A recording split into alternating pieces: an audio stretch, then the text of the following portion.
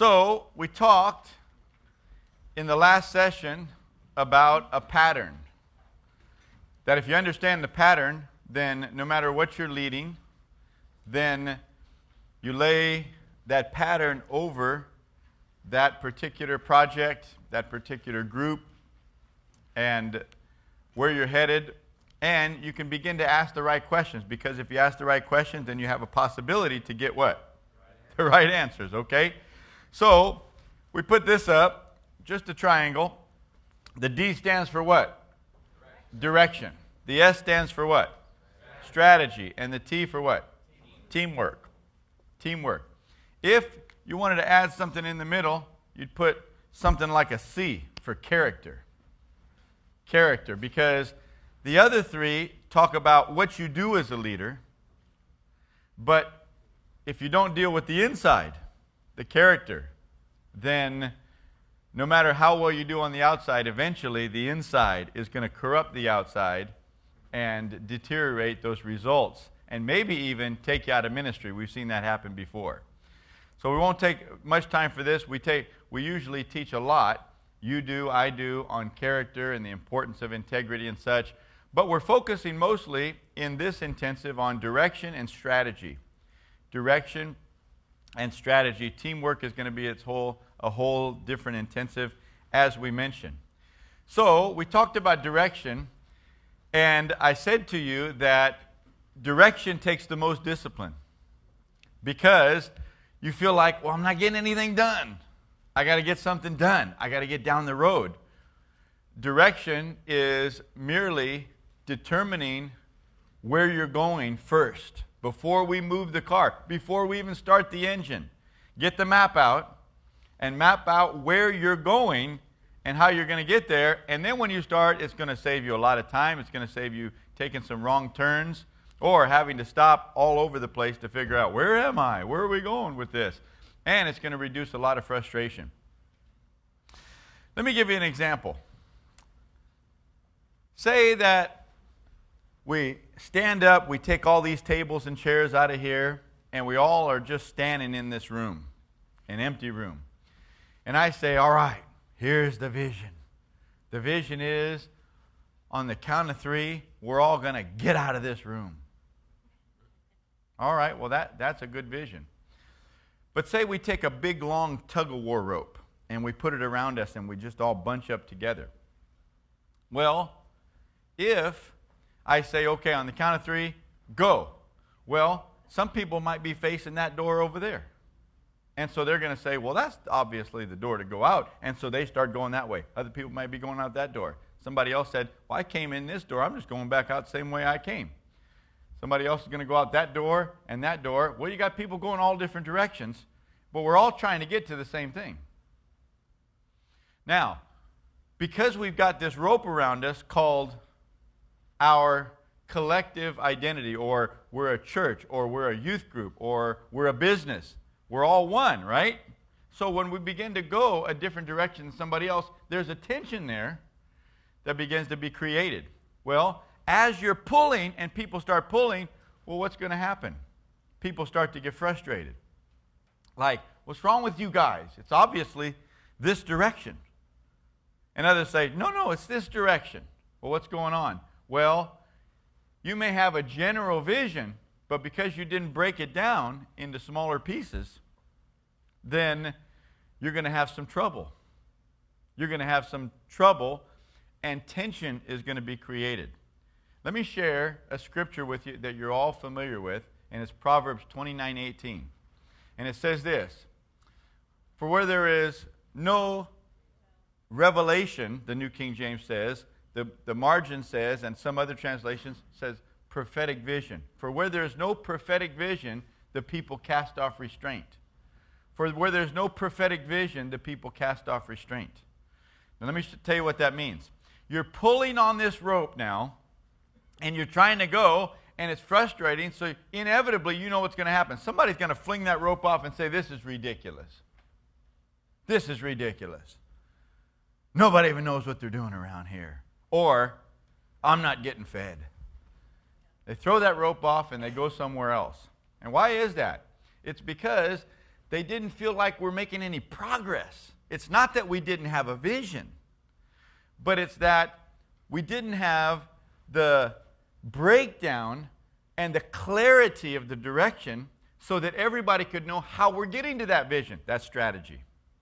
That's strategy. So you can know what the end result is, but if we're not all in agreement and clear on how we're going to get to that end result, then we're all trying to get there in our own little different ways with different frames of reference, experience, and well, at my church, we used to do it like this. Well, at my church, we used to do it like this.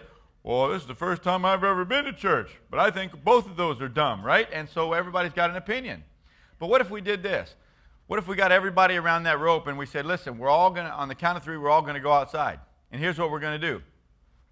We're all going to go out through those double doors right there. And we're going to send a couple of people over to open those doors. I want us all to begin to get in maybe just 3 wide, shoulder to shoulder, 3 persons wide. Everybody face that door on the count of 3, ready, go. Now we can all begin to walk out through the same door, and it's amazing how fast progress can be made, even if we're just walking. And it's amazing how much tension has drained away, and we all feel like, hey, it's happening. We're doing it. And what did it take? It took a little more discipline on our parts to have a little more clarity so that we not only tell people where we're going, but we tell them how to get there. That's strategy. Strategy. So powerful. So powerful. Now, let's push pause right here. Okay? Because, Diana, do we have those ready? I'd like to redeem that numbers game. How many of you like to redeem that? Huh? Come on, that was terrible. That's never happened before, but it was my fault because I created that thing in a Word doc, and so I guess I've always printed it myself, but when I sent it to somebody else's computer, it messed up, and we tried it again this morning, and it messed up again, and so now what we'll do is we'll save it as a PDF, and then it won't move.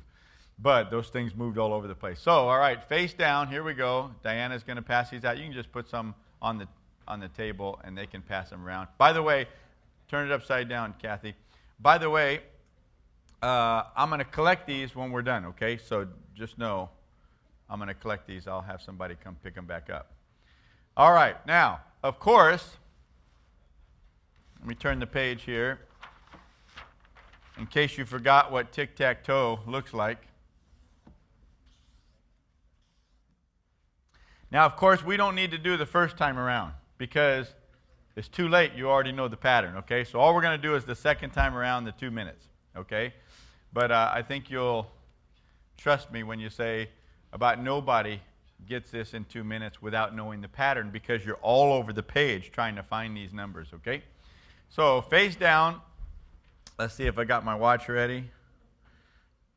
Reset that. All right. Does everybody have one? Okay, so on the count of 3, let me just remind you, you're going to touch number 1, then you're going to touch number 2. Remember, number 1's here, number 2, 3, 4, 5, 6. Okay, everybody got that? Okay, 2 minutes. Ready, go.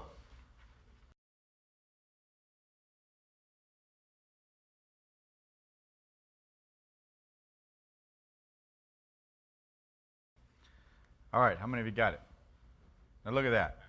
Look at that. Isn't that amazing? And now they were all over the place within that box. Right? So it wasn't like they were all in the center to where it was easy to find. Leadership is not easy. But if you know where everything is to be found, at least you're focused on the right place. Isn't that right? And this is what I'm talking about. You've got to understand that leadership is leadership is leadership. And different books, different seminars may put different semantics on different parts of it. But you need to know the parts don't change. The parts don't change. So you need to understand, first of all, as believers, we've got to get talking about direction. It's the most important thing. You've got to start with direction. You've got to discipline yourself as a leader, not to jump to what you're used to and just start doing. Stop. Take time. We take time every year as a church to go away with our leadership and to pray and to ask God what He's saying and to clarify how are we going to do that. What are we not going to do to be able to do what the Lord's saying now? If you don't talk about that and clarify that, then how are you going to go out and do it? It's like some of you that understand a little bit about football, and they get into a huddle and they call a play. Well, what happens if the plays that you were running before, everybody thinks, well, we're still running those plays too. And so now we're going to run those plays and the new play. No, in football, hey, last play is over. This is a new play. Don't do what you did last year. Do what we're supposed to do this year. See, if you don't clarify that with people, no more of this, now this is what we're doing. And take the time for people to understand, well, how are we not doing that? I thought, we like that, and when are we going to announce that? And how do we get the team on board? See, there's so many questions about direction. And if you don't take the time to talk through those questions, then people are still going to be running the last play. And then you've got that tension again. You've got to take the time in this section called direction, in this box, I guess we could say, called direction, until everybody's clear on exactly what play we're running and what their assignment is. This is so important. This is so important. Let me just go back over. Divine instructions. The first thing we need to do is we need to ask the Lord, season by season, Lord, what are you saying? What are you saying? We need your voice. We need you because you're the head of the church. You're the only one that knows. Even if you're a business owner, and this is about a business. Well, if you're a believer, that's God's business. And God wants that business to flourish. Why? Because everything He touches flourishes. Isn't that right? Look at from the beginning of the Bible, Genesis 1. Everything He does is very good.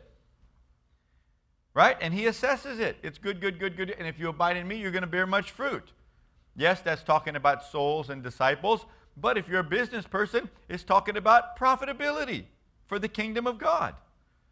Serving your customers well. And so, we have to understand that we need divine directions. And then we need to know our mission. Lord, what are we really about if I'm a teacher? Lord, am I teaching math or am I teaching kids? See, I have to understand. I teach kids. Now, my vision as a teacher may be that I want to raise their math scores from, say, a 60 at whatever metric I'm using to an 80. This year, I want to raise it from a 60 to an 80. That's a vision. Why? We can accomplish that. But my mission is still I teach kids. I got to help them with life and who they are, help them to be better people, right? See, that's mission. So I can't forget that and just get so focused on the vision that I forget what I'm all about.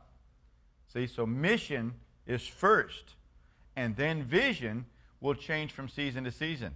They may assign me next year to a higher grade level, and so I'm going to take them in mathematics to a higher level of learning. So my vision changes in a new class, but my mission doesn't change.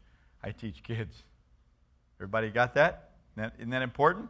So as a pastor, our mission is building solid lives here at The Rock. And so we disciple people. We build them up in the Word of God. We've got a certain assignment, mission that the Lord has given us. But season to season, we cast a vision. And the vision maybe for this season would be, hey, we're opening up a new kids center this year. And we're going to reach more kids than ever before. And so then we break it down. We're going to need more teachers and leaders and age group directors. And we're going to need some money to be able to build this thing and to equip it properly. And we're going to need this and we're going to need that. And those are the breakdowns of the vision. Now, once we get that vision accomplished, now we say, Lord, what's next? And He gives us another vision and we cast a vision. But the mission doesn't change. We're still going to be discipling people. We're still going to be building solid lives. Everybody understand? So you've got a constant, which is mission. And then season to season, you've got a vision. The vision must be accomplishable. And if it's not accomplishable, it's not exciting. Vision is what excites people more than anything. Even though mission is with priority, the leader. You can never compromise mission. But the vision, actually, let me say this because I didn't say it in the last session. Every time we accomplish our vision for this season, it could be a year, could be a 3-month period. Every time we accomplish our vision, it gives us a greater ability to do mission. When we reach more kids, when we double the number of kids we reach, well, now those kids that we can disciple can be discipled, but they also bring their parents.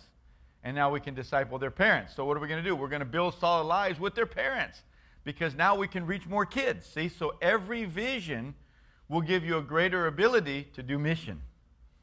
But mission is supreme. Mission is ultimate. We build solid lives. We disciple people, or whatever your mission is. So we've got divine instructions. We've got mission. We've got vision. And then we've got goals. And what are goals? Goals are just breakdowns to get us to the vision. Goals must be accomplishable. We talk about SMART goals, which are, let's see, the S stands for, help me out, all you leadership people. Specific, measurable, achievable, relevant, and time dimensioned. SMART goals, right? That's pretty common out there. Specific, measurable, achievable, relevant, and time dimensioned. SMART goals. Excuse me. The S stands for simple. Simple. In other words, they got to be understandable. Simple, measurable, achievable, relevant, time dimension. Time dimension. SMART goals. Okay, and what do the goals do? The goals are just bite-sized chunks of the vision. And then after goals, we have our governing values. Now, some would say values come first. And what I suggest is the instruction of the Lord comes first. I've seen a lot of people make a lot of mistakes. Well, let me tell you how I see it. Let me tell you, when you are a believer in the Lord Jesus Christ, you make Him Lord, and your perspective becomes irrelevant. Right? We say, oh no, I have a leader. And it's what he wants. So when I start talking about my values, now all of a sudden I can trump the word of the Lord. And that's inappropriate for a believer. So governing values are not talking about your values and how everything has to fit with your values. Divine instructions, what is the Lord saying? What does the Bible say? Everything has to be in line with the Word of God. And then, what's the word of the Lord? And then, Lord, what's my mission? What's the vision for this season? What are the goals to get to the vision? And then, Lord, what are the governing values? We could say it like this. What is it that we cannot compromise in pursuit of accomplishing our vision and fulfilling our mission? What is it? For us, I gave you an example. We don't borrow. But there are other examples. And here's another one. We walk in love. We're not going to trample over people to get to the vision. Because if we walk in unkindness and we're hurting people along the way, and we got there, we hit it, and we look around and everybody's offended each other, we really didn't get there, did we? See, and so you're going to have some governing values that you're going to say to everybody, look, we don't compromise this to get there. We don't compromise this to get there. So, direction. Now we're talking about strategy. Direction is where we're going. Where we're going. Strategy is how do we get there? How do we get there? Proverbs 24:6 in the Message Bible says, it's better to be wise than strong. Intelligence outranks muscle any day. Strategic planning is the key to warfare. To win, you need a lot of good counsel. And so I want to talk to you about a strategic plan. A strategic plan. I wonder how many of us actually have a strategic plan that we're working off of with our group, our church, our ministry, our business. Is there a strategic plan? Direction's so important because we got to know where we're going. But a strategic plan gives handles to that. It tells us how we're going to get there. So let me give you, first of all, a few points of the purpose of a strategic plan. Why do I need a strategic plan? I've been doing this ministry. I've been leading this group for a long time. Why do I really need a strategic plan? Here's why. number one, the vision is bigger than you are. You may know what to do, but not everybody else does. The vision is bigger than you are. Secondly, the fulfillment of a large vision is only the joint fulfillment of many smaller, interrelated visions, all in alignment. The fulfillment of a large vision is only the fulfillment of smaller, interrelated visions, all in alignment. In other words, the people that you're leading, they all need a vision for whatever their assignment is. And those visions all need to be in alignment so that as everyone's pursuing their own vision for that ministry, their own piece, if we could call it that, in alignment, it helps us all to get there. Back to football. All these football players, every play, they have a unique assignment. This person says, I'm blocking that guy that direction. Another person says, I'm going out on a pass pattern, and I'm going the other direction. And every person has an assignment, and every person's assignment plays into the overall play to make it successful. Some receivers go out on a pass pattern not to catch the ball, but to distract certain defenders another way, to remove them from a certain area of the field that hopefully another receiver from the other side is going to be open in. Isn't that right? And so everybody's got an assignment, and it all plays toward the success of the overall play. And everybody on our team has to know what their assignments are. And so, therefore, they all have their vision of what they're doing in this stretch of time, in this season. And all of those visions have to align themselves to go the right direction. Thirdly, a strategy provides handles for others to help carry the load. Have you ever tried to help carry a big object, a big dresser or something, and first you're trying to figure out, where do I grab it? You know, there are no handles to this thing.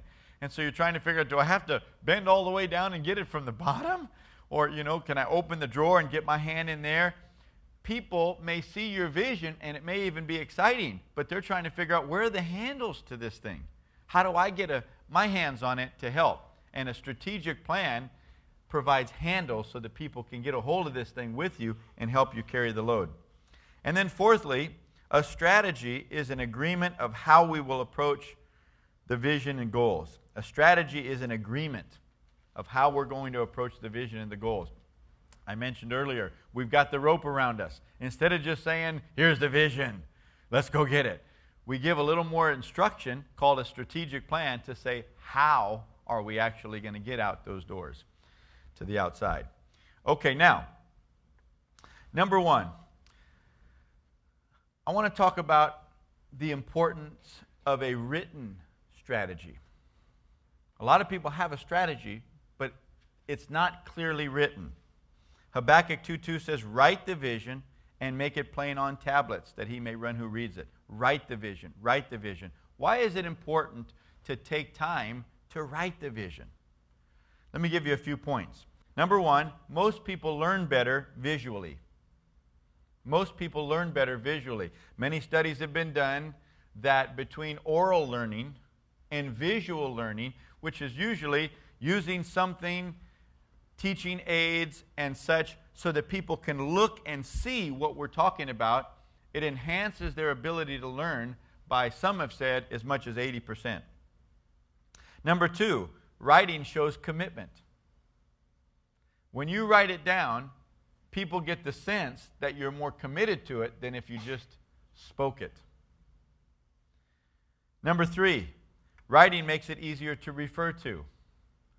When we have to go back and refer to it, it's hard to go back and refer to the details of an oral conversation. But when you've written it down, now you can go back and say, everybody look at point 2, subpoint A. There it is, right there. And we can all see it, read it, remember it, and we can edit it. Number 4, writing clarifies what we're agreeing on. Writing clarifies what we're agreeing on. Number 5, writing creates confidence to act. There's something about it being in writing that people are willing to act on it. Listen again to the scripture. Write the vision and make it plain on tablets, that he may run who reads it. See, there's something about reading it that gives you the confidence, like, okay, this is for real. This we're committed to this, so I'm going to run.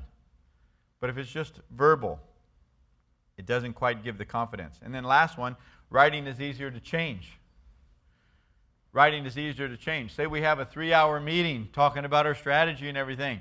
And then we want to go back and say, you know what? There's a certain part of that we want to change. But it's not in writing.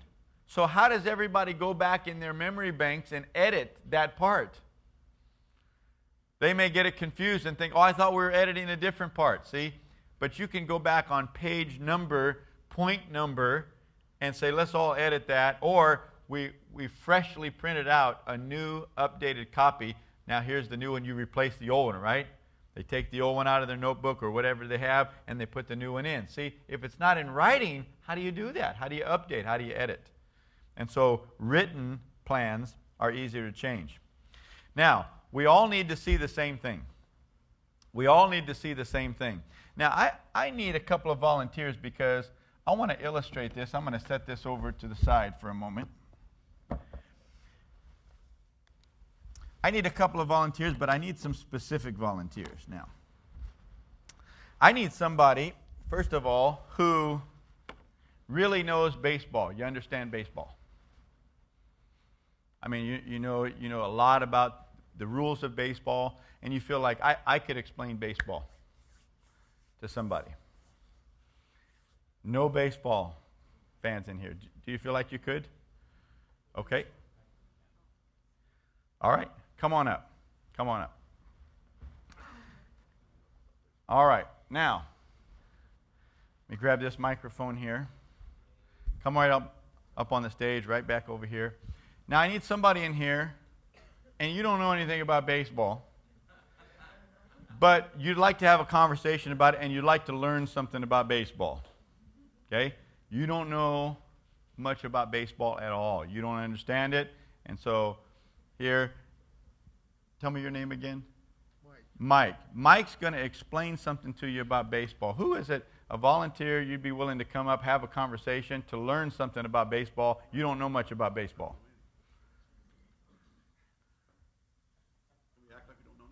Nope. No, I need somebody that really doesn't know much about baseball. You really don't?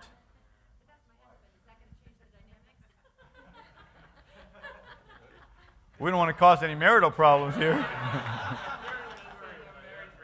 You don't watch baseball? Huh? Oh no. I'd really like, is there anybody in here that you really don't pay any attention to baseball and you never have? Anybody? Got too many baseball. All right, Kathy? All right. Come on up, Kathy. All right. Now, both of you come back here, okay? Kathy, you come over here now. All right. Now, come a little closer. All right. Now. Hi, I'm Mike. Oh, yeah. Mike, Kathy, Mike. Okay. Kathy, I'd like to introduce you to a baseball expert. And I'd like to introduce you, Mike, to a baseball challenged person. Okay? Now, you understand about baseball, right? Yes, I do. Okay. You don't understand a lot about baseball, isn't that right, Kathy? Okay. Here's what I'd like you to do, Mike. You know what a strike is? Yes, sir. Okay. All I want you to do is explain to Kathy what a strike is. That's pretty simple, right? Yes, sir. Okay. All right. Go ahead. There is a pitcher who has the baseball. You got that? And Hold that mic up if you would. pitcher who has the baseball, and he's trying to throw it past the batter into the catcher's glove. And there's a space on the ground called a home plate. And behind the catcher is an umpire. So if that pitcher throws the ball and it crosses that home plate into that glove, and the batter is not swung, the umpire calls that a strike. But if the batter swings and it makes it into the glove anyway, that is also called a strike. And if the batter swings and hits it and it goes into the stands, that's called a foul ball, and that is also a strike.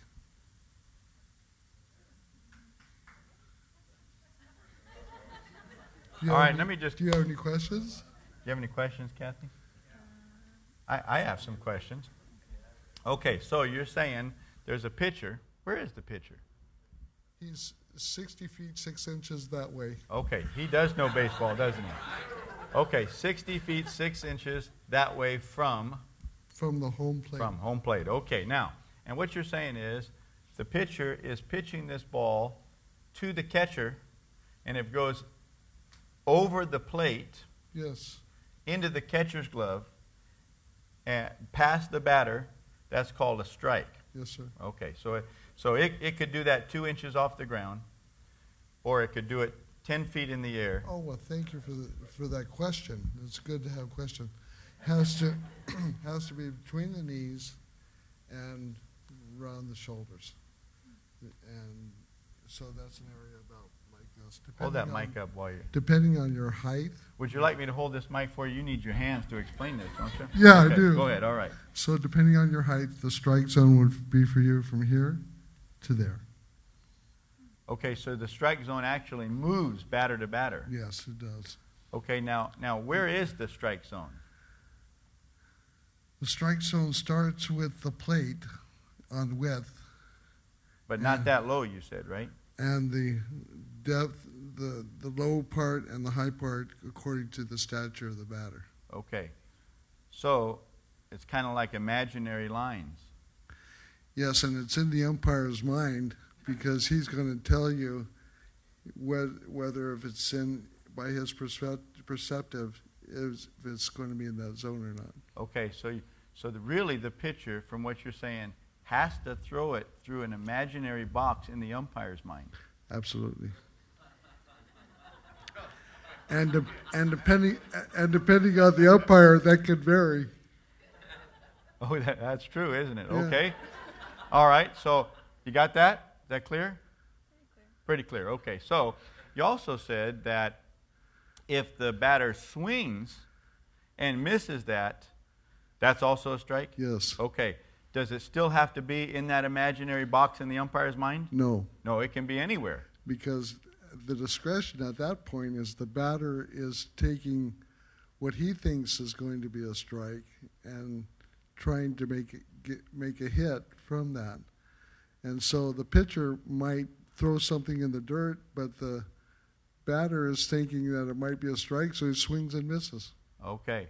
And he's trying to get a hit. Right. Who's he trying to hit?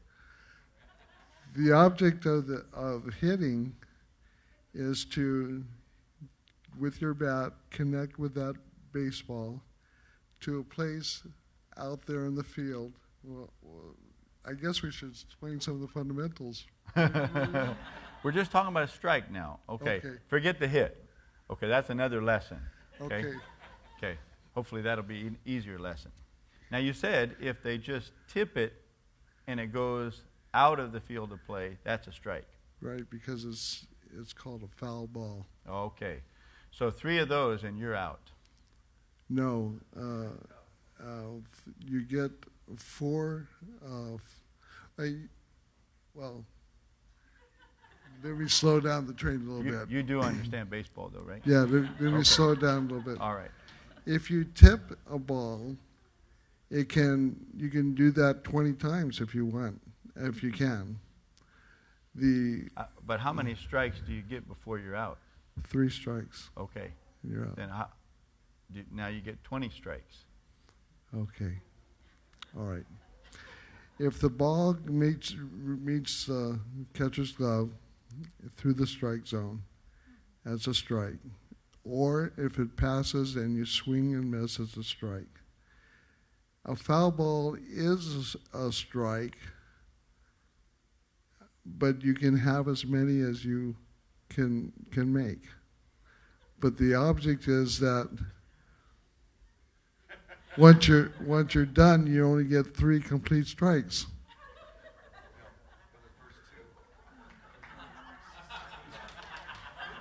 That makes sense? No. So how many strikes do you get before you're out? 3 strikes. Unless you do foul strikes and then you get as many as you want. You don't get 2. You get as many. Well, they counter strikes for the first 2 foul balls. After that, they're considered just a foul ball. You still get a swing. Unless you're bunting, you get a foul ball. So does the teacher Does the teacher need help? Is that? Well, you know, when the teacher needs help, we always go for a reference. Oh, that's right. That's right. Sort of like an instant replay type thing, right? No, I go to my library and get the correct Okay, answer. very good. Okay, so when you have 2 foul balls, those are strikes, but the third foul tip, or if you have 2 strikes of any kind, then if you foul tip it, that's not a strike. Is that true? That's correct. Okay, that's correct. Unless you are bunting on a second strike. You want to come help? No, come on up and help. Come on. No, 2 are better than 1. Come on. We need some help here. Now, we're just trying to figure out what a strike is now. Now, this is the teaching side over here. You got to come. Here, you can hand him. No, you're going to Stay up here. Stay up here now. All right. Explain that. He just told you that if you have 2 foul balls at the beginning, or a strike and a foul ball, you get 2 strikes. After that, when you hit a foul ball, after you have 2 strikes and you hit a foul ball, it is still a foul ball. You don't count it as a strike. Unless you decide to bunt on 2 strikes, and as a foul ball, you are out. And that's not very wise. Okay, so wait a minute. Now you're not talking about tipping it out of the field of play. Now you're talking about a bunt. Yep. And if you bunt with 2 strikes, And it goes out of play, then you're out. what's a bunt? A bunt is Isn't holding that a the bat. cake? No, not a bun cake. A bunt. Okay, It's forget a holding bunt. the bat this way and going down and bunting the ball. And the ball hits it. It bounces hopefully in front of you, in front of the catcher, in a position you can run and beat the ball. Okay, The floor so a throw out. foul tip is not a strike on the 3rd strike, but a foul bunt is a strike on the 3rd strike. Yes, that's correct. Yes. That's why you don't see people very smart bunting on a 3rd strike, because it's stupid. Unless you're a very good bunter and you cannot hit a foul So tip. you don't want to be stupid, right? So, is this clearing everything up for you? Probably not. Okay. It should now, have- should have- don't should have leave drawn- just yet. should have drawn Don't- a yeah, you baseball should have. field, Okay. you know. Now, don't leave just yet, because sometimes I noticed on a 3rd strike, something happens Yes. and the runner starts running, Yes. and the catcher tries to grab the ball and tag him. Yes. Because Was the that ball- a strike? It is, but it's not, because the ball has hit the ground, and Okay. it gives him an opportunity to now run. He swung, actually, Okay. and the ball hit the ground. So is it the 3rd strike? No. Okay. So it's not the 3rd. No, it's not. Oh, he wants to. In this instance, the catcher has missed the ball, and it's called a pass ball. No, that's not true. It does not have to be a passed ball. The batter is up, and the ball that he swings, and the ball hits the ground on supposed to be his 3rd strike. He now has an opportunity to run that ball out to first base without getting out. But if he doesn't run, the catcher will catch the ball, tag him, he's out, or throw it to first. Okay. So was that foul or was it fair? The ball wasn't hit at all. It was missed completely by the bat. Okay. So you can miss it completely and start running to first base. On the 3rd strike. Okay. So on a 3rd. But it isn't. No, let me clarify that. It has to be hit the ground first. on Okay. that So swing. you have to tap the ball. It has to hit the ground first. No, you don't have to tap the ball. You're swinging as the pitcher throws that ball, and if it hits on your 3rd strike right before the catcher, then you better take off running if you want to make first, or he just go tag, you're going to be out. And that's not a strike, though. That is a opportunity to take advantage of your missed fortune. Okay. Now, I hope this cleared it up for you. No, it Kathy, did not. Because how many of you know less about a strike than when you started? All right. Hey, can you thank our volunteers here?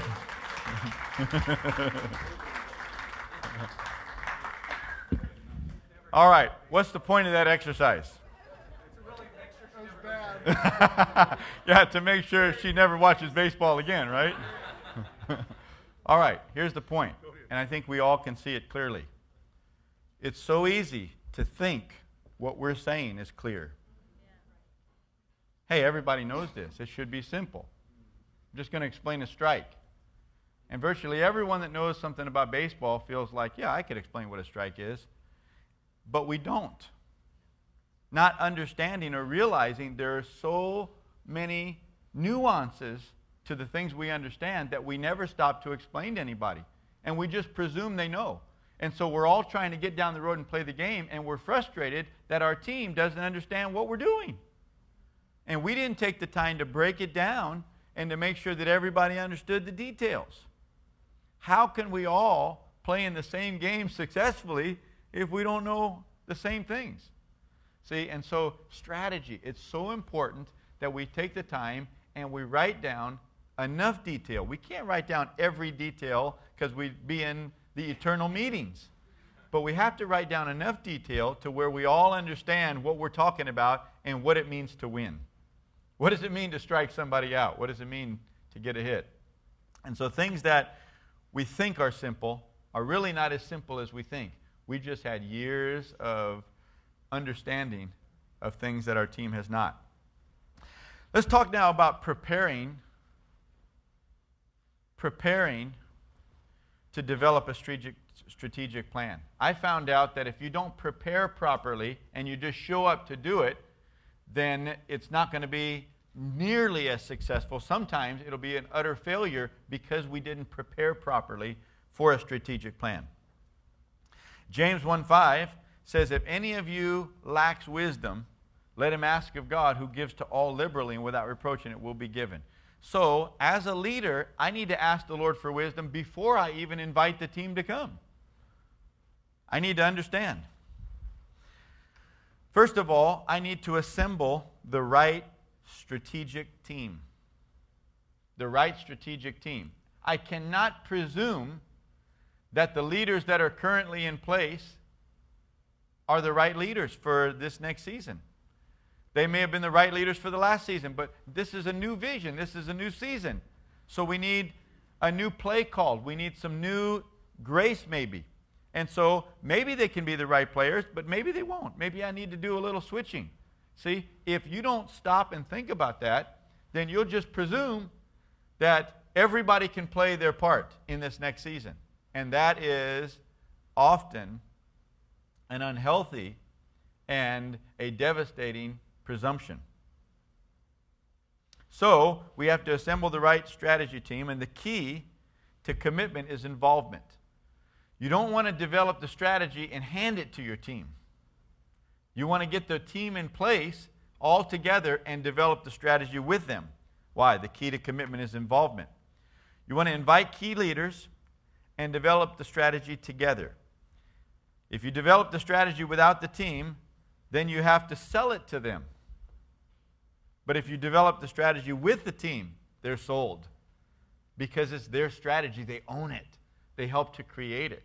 See? And they're committed to it. So here are the type of people you want to get. Number one, you want people with key information. One of the worst things is to get into a meeting to develop your strategy, and you're trying to find out what we do in certain situations, but you don't have the key people in the room that have that information. Well, you need people with key information. Secondly, you need people that have some influence.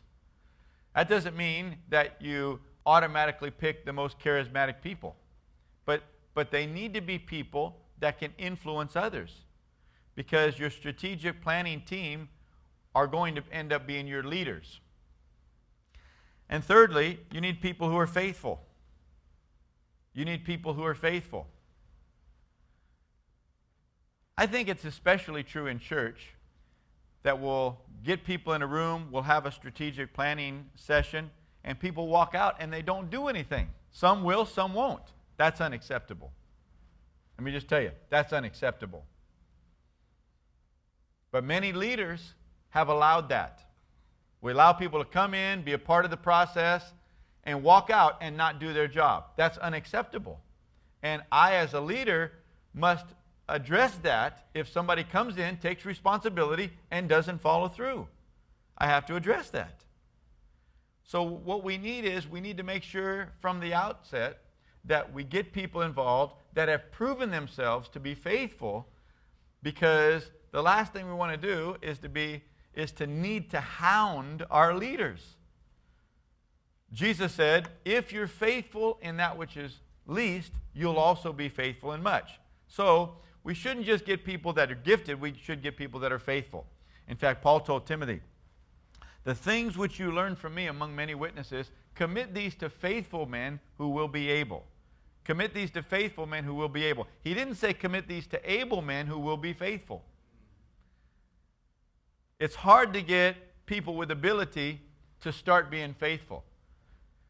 It's easier to get people that are faithful to start developing skill, because at least they're taking responsibility and running with you.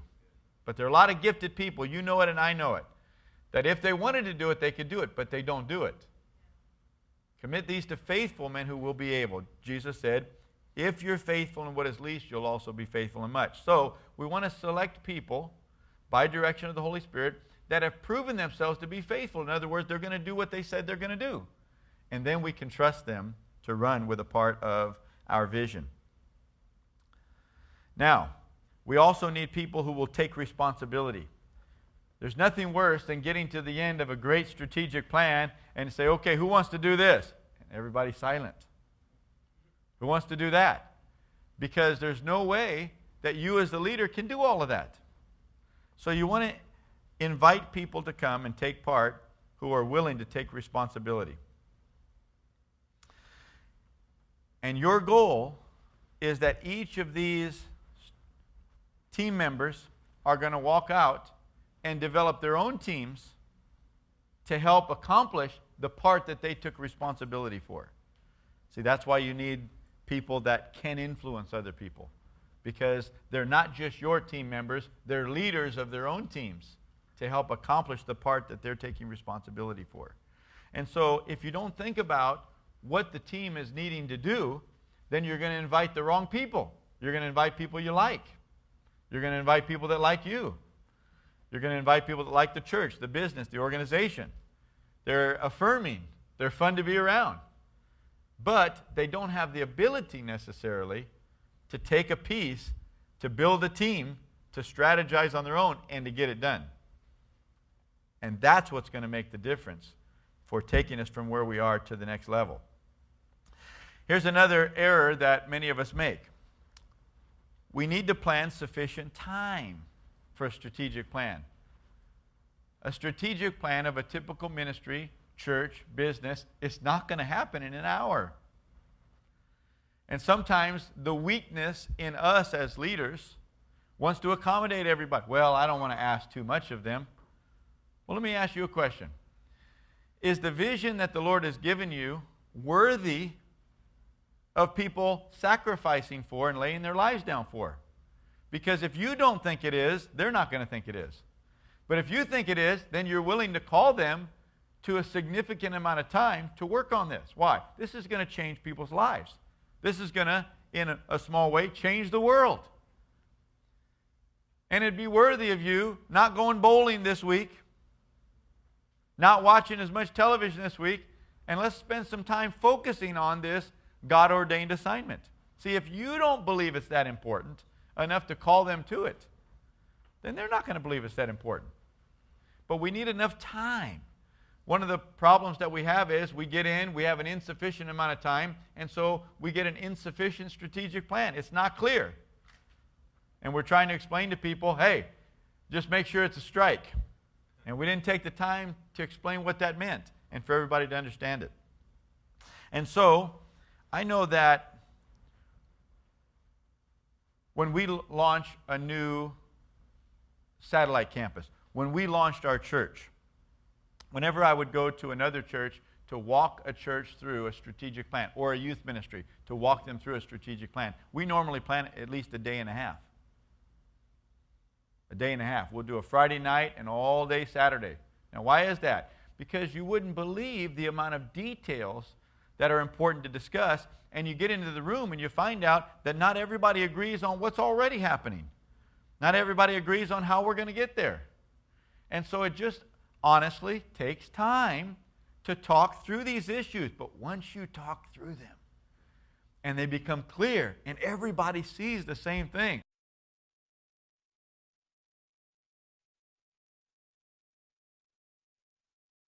strategy that we're talking about really is merging with direction.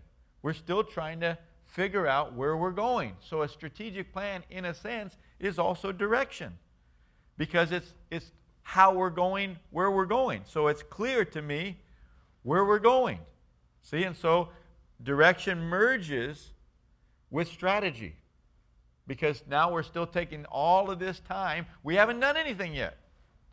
See, so strategy is still clarifying where we're going specifically. Where's that ministry going? Where's that ministry? Or where's that department going? Everybody's still clarifying that. See, and so a strategy breaks it down, and you got a lot of direction in there, all pointed the same way. Now we'll do strategies for different departments and different ministries, sometimes as short as 4 hours. 4 hours. Somebody said, that's short? That's short. That's short. That's usually somebody that is fairly skilled in leading a team, and usually a team that is that has an understanding of the process that we're in. It's okay to have some new people, but if everybody's brand new, then it may be difficult to get it done in 4 hours. Here's the point that I'm making.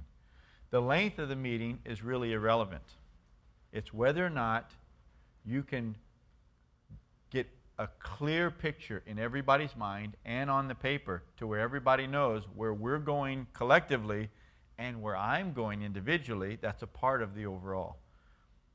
And it just takes time. It takes time. More time than we think. But if you'll spend more time up front, it's going to save you time and increase your results dramatically in the future.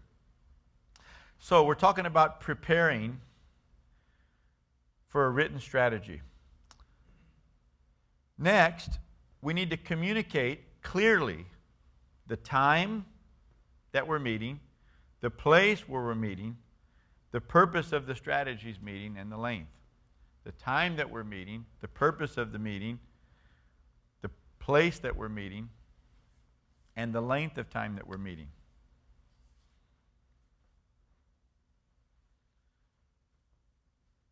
Sometimes we'll be there to lead a strategic plan, and not everybody's there. Oh, I didn't know we were meeting there. I didn't know we were meeting in that room, in that building. Or, I thought it was at this time, not that time. Or somebody gets there, and they're there for an hour and say, oh, I got to go. You ever had that? So you're right in the middle of things, and now this person says, I got to go. And a nice person is going to say, oh, yeah, we understand. Go ahead. You're going to ruin your plan. You're going to ruin your plan. It is mandatory that everybody that's going to take a piece of this thing, a responsibility, be a leader, they must be here to understand this. And though we want to be nice, the point is that you not being here is going to jeopardize us knowing. It's like somebody, back to football. We get in the huddle, we call the play. What if somebody says, hey, you know what, I got to get a drink of water. You guys go ahead and call the play, and I'll just meet you up there at the line. Well, no. You're going to run your own thing. You can't understand what we're doing unless you're here to process this with us. So see, as a leader, you're not being mean. You're being honest. And you're saying, hey, that's not going to work for you. If somebody might say, hey, I can't be there the whole time. Can I just be there part of the time? And the niceness in us, the grace in us wants to say, yeah, that's okay. I understand. No big deal. But it is a big deal. It is a big deal. And if you say it's okay, you're selling everybody's success for somebody's schedule and somebody's convenience. In some cases, if that person is so fundamental to the process, then you change the whole schedule of the meeting to make sure that that person can be there. If that person is not that significant and you could get somebody else that could do it, maybe you sense that this person, what they're needing to do is not that big of a deal. And it just shows their lack of commitment toward what we're doing. And you might think, oh, I think maybe we need to get somebody else that's going to be committed. Because if you can't even be committed to come to the strategy meeting, how are you going to stick with this through the tough times to take us home? See, and so you really got to think through this. We need people that are committed and willing to sacrifice to be a part of this. And so sometimes you'll have to adjust the whole meeting to get the right people there. But I suggest you don't do that for people that are not deeply committed and significant to this process. When leaders lead in Israel, when the people willingly offer themselves, bless the Lord. How many of you can see we have to have an increase of strength of leadership if we're ever going to lead people somewhere? Leadership is not easy. This is not for wimps. This is for people that are willing to take others where they would never go without you. This is so important. Now, let's just talk about some practical materials. I suggest you need a flip chart. Let me bring mine back over. Flip chart. Everyone say flip chart. Flip chart. Now, I'm not talking about a whiteboard. I'm talking about a flip chart. Why a flip chart and not a whiteboard? Because a whiteboard, when you need the space again, you wipe it out and it's gone. And somebody might say, oh yeah, but we took notes, we have it down. That's fine, but remember, the team can't see it. So you want everybody to take copious notes? And are you trusting everybody that they all wrote down the identical points? What you want is, you want to be able to tear off these pages and begin to paste them around the room so that as we're going through the strategy and something needs to change 4 pages back or 8 pages back, we can walk right over to that page and say, which one needs to change? This one, cross that out, write this, or change a word, and you write it, you edit it, everybody can see it. There it is. We understand what page the change was on, what it referred to. It's all right there. On a whiteboard, that's gone. That's gone. So you need to understand, though whiteboards are convenient, when you're talking about a strategic plan that's going to have pages and pages and pages, people can't remember all that was on the whiteboard, and it's hard to edit it. But when you paste it on the wall, now you can go back and change it, and by the time we leave, everything's been edited, everything's been changed. And here's what we do in our modern day. We take our phones, or we take our iPad or whatever, and we take pictures of all those. Here's what we found. Even though we go back and type them up later, and they're more clear, they're in linear form, it looks a lot nicer, our minds don't relate to it as well in typewritten form. We do it, but our minds don't relate. Sometimes when we pull up the pictures, we say, oh, that's right. See, we crossed that out. That's right, because remember we said this, then all of a sudden, we all get it because we could see the picture of the flip chart page. Okay, so flip chart, I suggest colored markers. Why colored markers?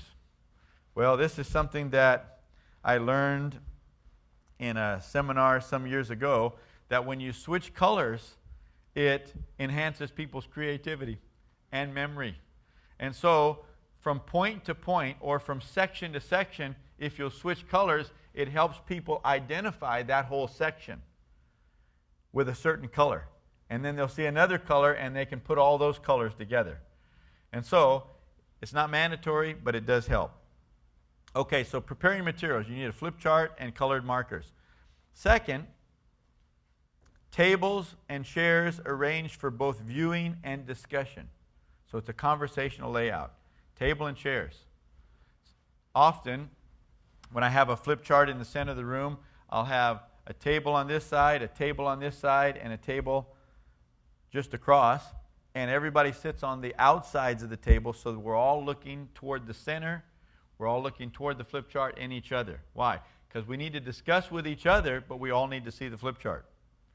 And so just know, you as a leader, if you don't arrange it correctly, and not everybody can see, or not everybody feels like they have a good visual to talk to other people, it's going to greatly diminish our ability to work through a strategic plan. Because people feel like, well, I'm just over here in the back. I can't really see what's going on, so I'm not going to engage. Think through that. Get everybody in the conversation comfortable to where they can see, they can hear, and then they feel like they can have some input. All right?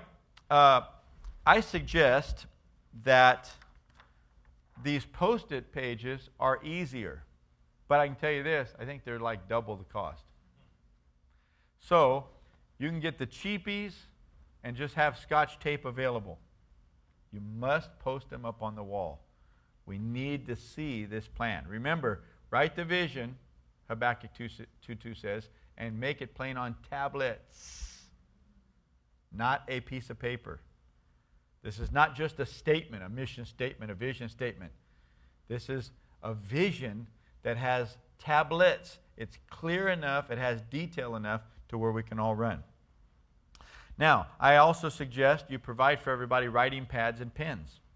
Not everybody is a big note taker, but some people have an idea, and you just tell them, look, if you have an idea while we're talking about something else, write it down so you don't forget it, because chances are we're going to need that later. So a writing pen and pens, and some people, that have a little bit of ADD or whatever, they have an ability to doodle, but they're listening to the conversation. Don't get angry with them if they're just doodling. Anybody know what I'm talking about? Any doodlers in here? Okay? And sometimes it helps them not to lose focus and think, man, this guy's taking a long time explaining his point of view over here and everything. Go ahead, do your doodling there to ease that tension and give them a writing pad and some paper. Here's something else that helps. Snacks and water. That's just the bare minimum. Sometimes it helps somebody just to reach over and grab a little something and munch on it, and it helps us to be able to take these long spurts in between meals. Okay, now, I want to talk about a technique of capturing vision called mind mapping. Mind mapping. All of you know what this is, and let me switch colors here. Mind mapping. Now, the common form of writing is what you might call linear writing. Linear means it all flows one direction, and there are various ways that we write in linear fashion. Computers do this all the time. Number one, outline form. Roman numeral 1, subpoint, capital A, subpoint, number 1, 2, 3, now Roman numeral 2. Okay, now that's an outline is something that is organized, but notice it still all flows in a linear pattern from top to bottom. Point 1, 2, 3, and so on. Well, there are also bullets. Bullets. It could be just a numbered 1, 2, 3, 4, 5 list, or just bullets, little dots or check boxes or whatever it is. But the point is, it all goes in one direction. The third that's so common is paragraph form. You just write in paragraph form. Have you ever gotten an email or sent an email that is really long and it's in these long paragraphs? And buried in those paragraphs are questions. And so at the end of this email, you're responsible to answer all these questions that are buried like hidden treasures in all these paragraphs. And I don't know about you, but if you're in a hurry, it drives you nuts. And so I've asked my team, please, if you have questions, number them, and I'll answer you according to the numbers. But when you bury it in the paragraph, now I got to read through this thing about 3 or 4 times, trying to find where were all those questions in all of that explanation. So give me some kind of numbers to organize it, right? But paragraph form is a very common way of writing, and a lot of people would try to do a strategy in paragraph form. Linear writing requires sequential thinking, and it discourages random or brainstorming ideas. Mind mapping is different. Mind mapping flows in many directions. Mind mapping embraces a first capture, then organize approach. Let's first capture it, then we'll organize it. Linear is the opposite. Linear is, well, we have to know what comes first. And then once you write down what comes first, then what do you write down? What comes second? But the problem is, our minds don't always think of the second thing second. Sometimes we think of the 14th thing second. And so what do? Oh, hold that. Now, we're not there yet. We're only on number 2 here. And so everybody is suppressing things that are coming to mind because we're trying to capture this in linear form. Mind mapping also allows random thinking and ideas. Just somebody saying, hey, you know what I'm thinking about right now? It allows for that. Mind mapping encourages creativity. And mind mapping accommodates forethoughts and afterthoughts. Now, In session 1, when you were talking about roles and goals, did you go over mind mapping at all? Okay, here's what I want you to do. Everybody take a blank part of your paper. I want you to draw a circle in the center of that and put and write in the circle my roles. My roles. Don't draw the circle too big now because you need room on the outside. My roles. All right. Now, let me put it right here. My roles. Now here's what I want you to do. I want you to just draw lines out, and I want you to write in your roles. Like I'm gonna write a role right here for me, and it's called husband. Husband. Okay? I'm also a father. And here's what I want you to do. I want you to write all of your roles right now, your key roles. Ready? Go. See how fast you can do it.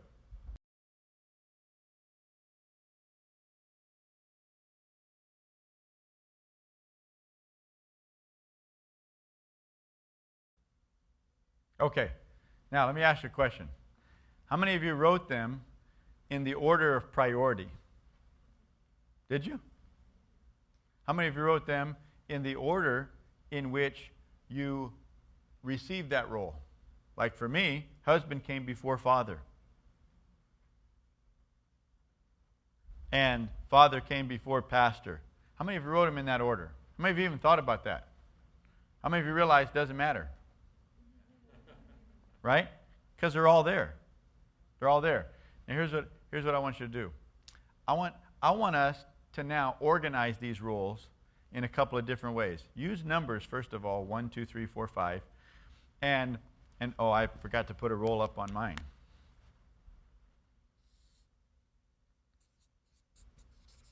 I'm a servant of God. Sometimes I'll write, I'm a child of God. Right? So I'm a believer. I could write it different ways. Everybody understand? That's a role that I play. Okay, now here's what I want you to do. I want you to take all your roles, and this nobody's going to look at this, okay? But just very quickly, I want you to write numbers next to the priorities. Which role is the most important? Priorities, right? Go ahead, do it.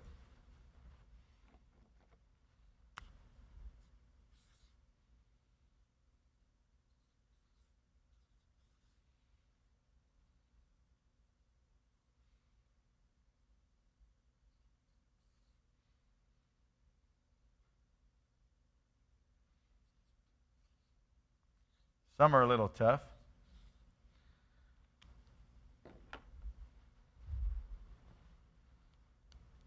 Got it? Okay. I want you to notice this. Once you write down the roles, look how fast prioritizing goes. Do you know how much time you save just to get it all down first and then come back to prioritize them rather than thinking, okay, what's the next one? What's the next one? Before you even write it down. And you got all of these things floating in your head and you're trying to organize them in your head. Just write them all down first. That's what mind mapping helps with. See, mind mapping, because it's just all over the place, it doesn't say, it's not linear. It's not all going one direction, so it doesn't force your mind to recite them or to capture them in order. Okay, now, see how easy that is? Now, here's what I want you to do. I want you to go back, as we said, some of these roles you received before the other. So in time sequence, which role started first? You ready? Go. Oh, use A, B, C on this one.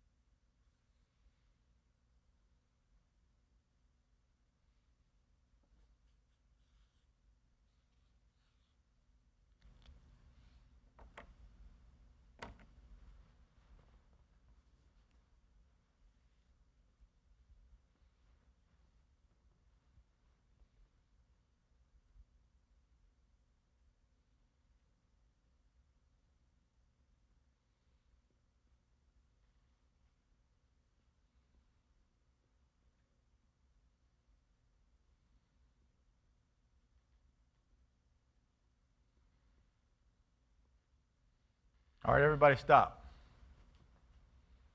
All right. Now, did your sequence of timing match your priorities? They didn't. But notice how easy, you got one mind map, you just throw all your roles out there, and then bam, you can prioritize, bam, you can sequence a different way.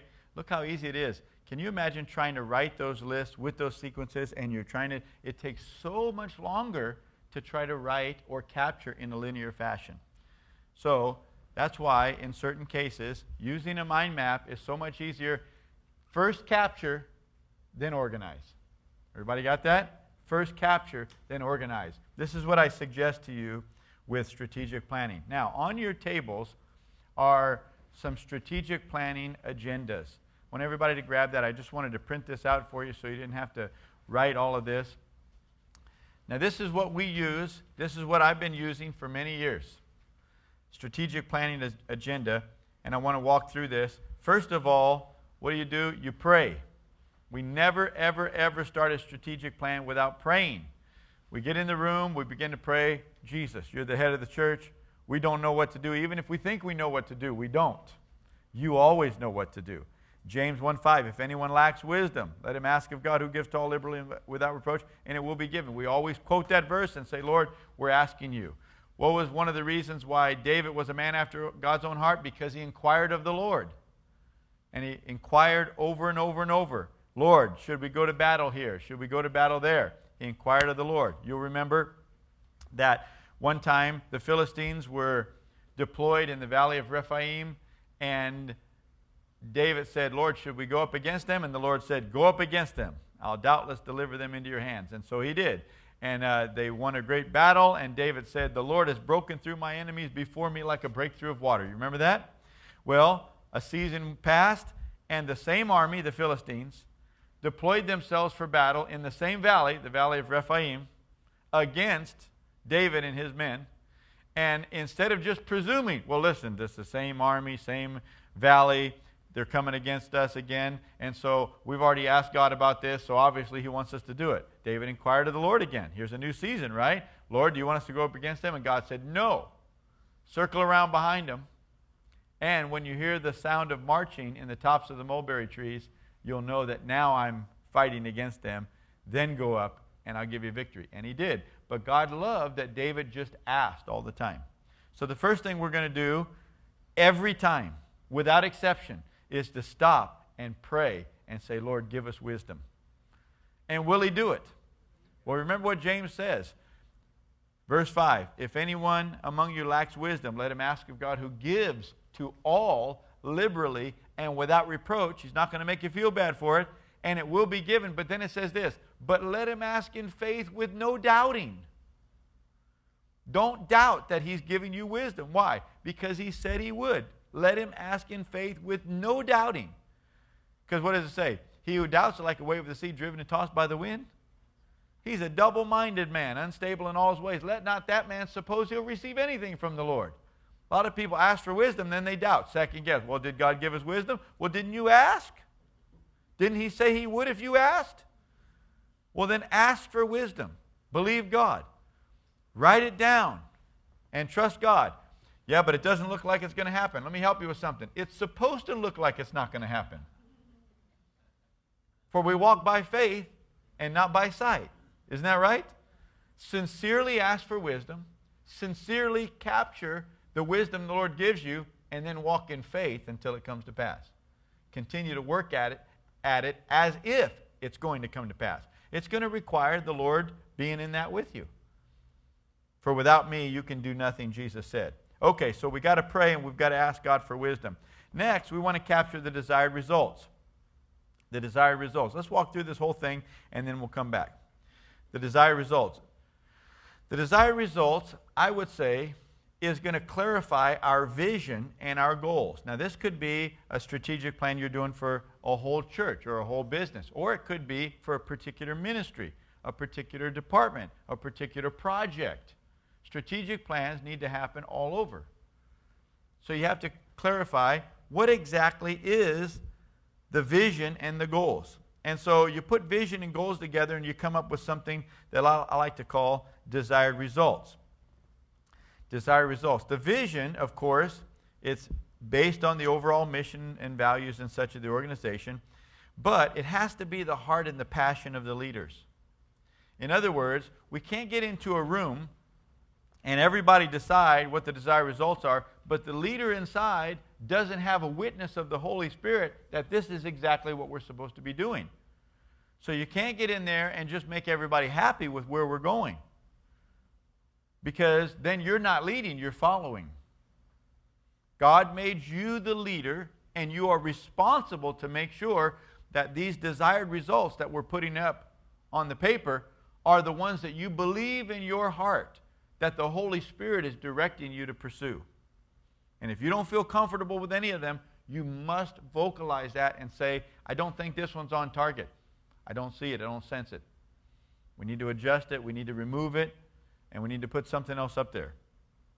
So, it must be the heart and the passion of the leaders directed by the Holy Spirit. Now, think end result as you're talking about vision. Don't think process. Think end result. Vision and goals. Vision and goals.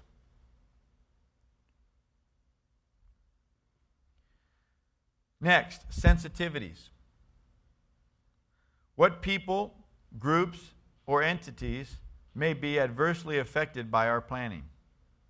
Or, what are some potential pitfalls, obstacles we should avoid or minimize?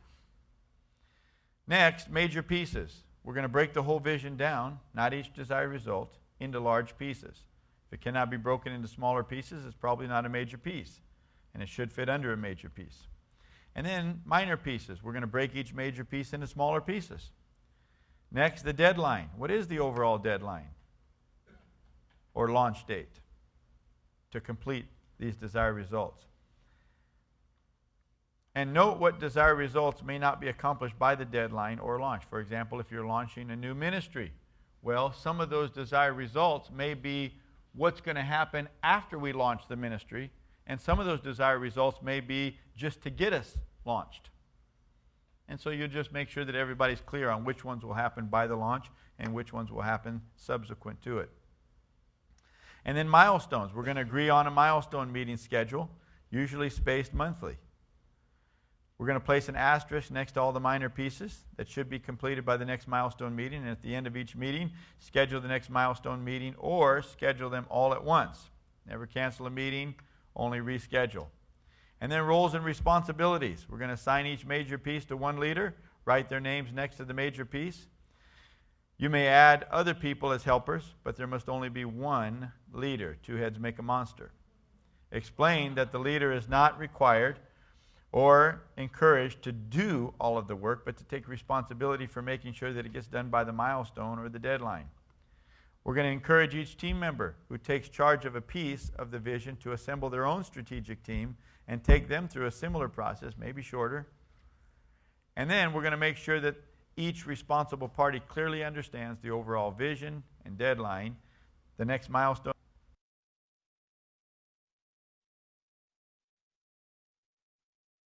You got that? Now everybody knows how to do it, right? Should be simple. All right, let's begin to walk through it individually. Why don't we do this? Why don't we walk through a strategic plan that would help all of us to see an example? Okay. Let's pick something. Let's pick something that would be what most of us would understand. Okay, how about a church picnic? Right? Has anybody ever been involved in a church picnic? Okay, now, I'm going to show you, we're going to walk through a strategic plan as if we're the team of the church that's planning a church picnic. And I want to show you some pitfalls and some obstacles that are going to come up. And they happen every time. Let me take the red pen and start with desired results. In fact, I'll put it right here in the center. Desired results. By the way, let me just mention something to you. One of the things you'll have to get over as a leader is, well, I don't write too well, or I don't spell too well. And so sometimes we'll avoid certain necessary components of getting our organization somewhere because we have a complex. Every one of us have complexes. Every one of us have insecurities. So just find a way to get past it. One thing I do is I just think, look, I don't care if my writing is all that neat or not. So I write in all caps, and I think everybody can at least read it. And sometimes I'll be in the middle of a word, and I'll say, how's that word spelled? Somebody in the room is going to know. And if nobody in the room knows, then they won't know it's misspelled. Isn't that right? See, we just got to get past those things and get down the road. Get down the road. I think it was Smith Wigglesworth that had written a letter, and somebody came up and said, Mr. Wigglesworth, did you know that in that letter you spelled Holy Spirit 7 different ways? And he said, did you understand it? And they said, yeah. He said, good, that's all that matters. You just got to get down the road. We can't be hung up by our insecurities and hold up the process or avoid the right processes because of our insecurities. So just get over that. If you really think it'd be better, have somebody else be the scribe. I've done that before too. Sometimes I just want to sit down and say, somebody else come up here and be the scribe. And I'll make sure that I'm telling them what to write. But nonetheless, it's so important that you just get over those insecurities. All right, let me bring this up here. Desired results. Okay, ready? What's the first thing we do? We pray. Lord, we ask you here, even in this example, we ask you to give us wisdom, to help us to understand what we're doing here and how this is going to affect, in a positive way, our own lives, ministries, organizations that we lead. In Jesus' name, amen. Okay, so we took the time to pray. Okay, of course, we're going to do it a little better normally. And let's plan our picnic, okay? Now, desired results. Somebody tell me a desired result for the picnic. Fellowship. Okay, fellowship. Do we want fellowship at the picnic? Yes. Okay, fellowship.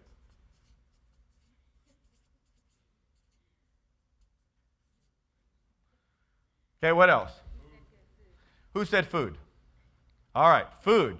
Do we want food at the picnic? Okay, now let me just push back a little bit.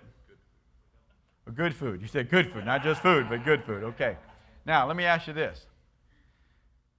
If we get done with this picnic, and it's 3 weeks later, and we look back and we say, man, we had food at the picnic. That's what we were after. Now, are we all in agreement that we need food at the picnic? Okay? But is that really what we're after? What are we after? Is that really?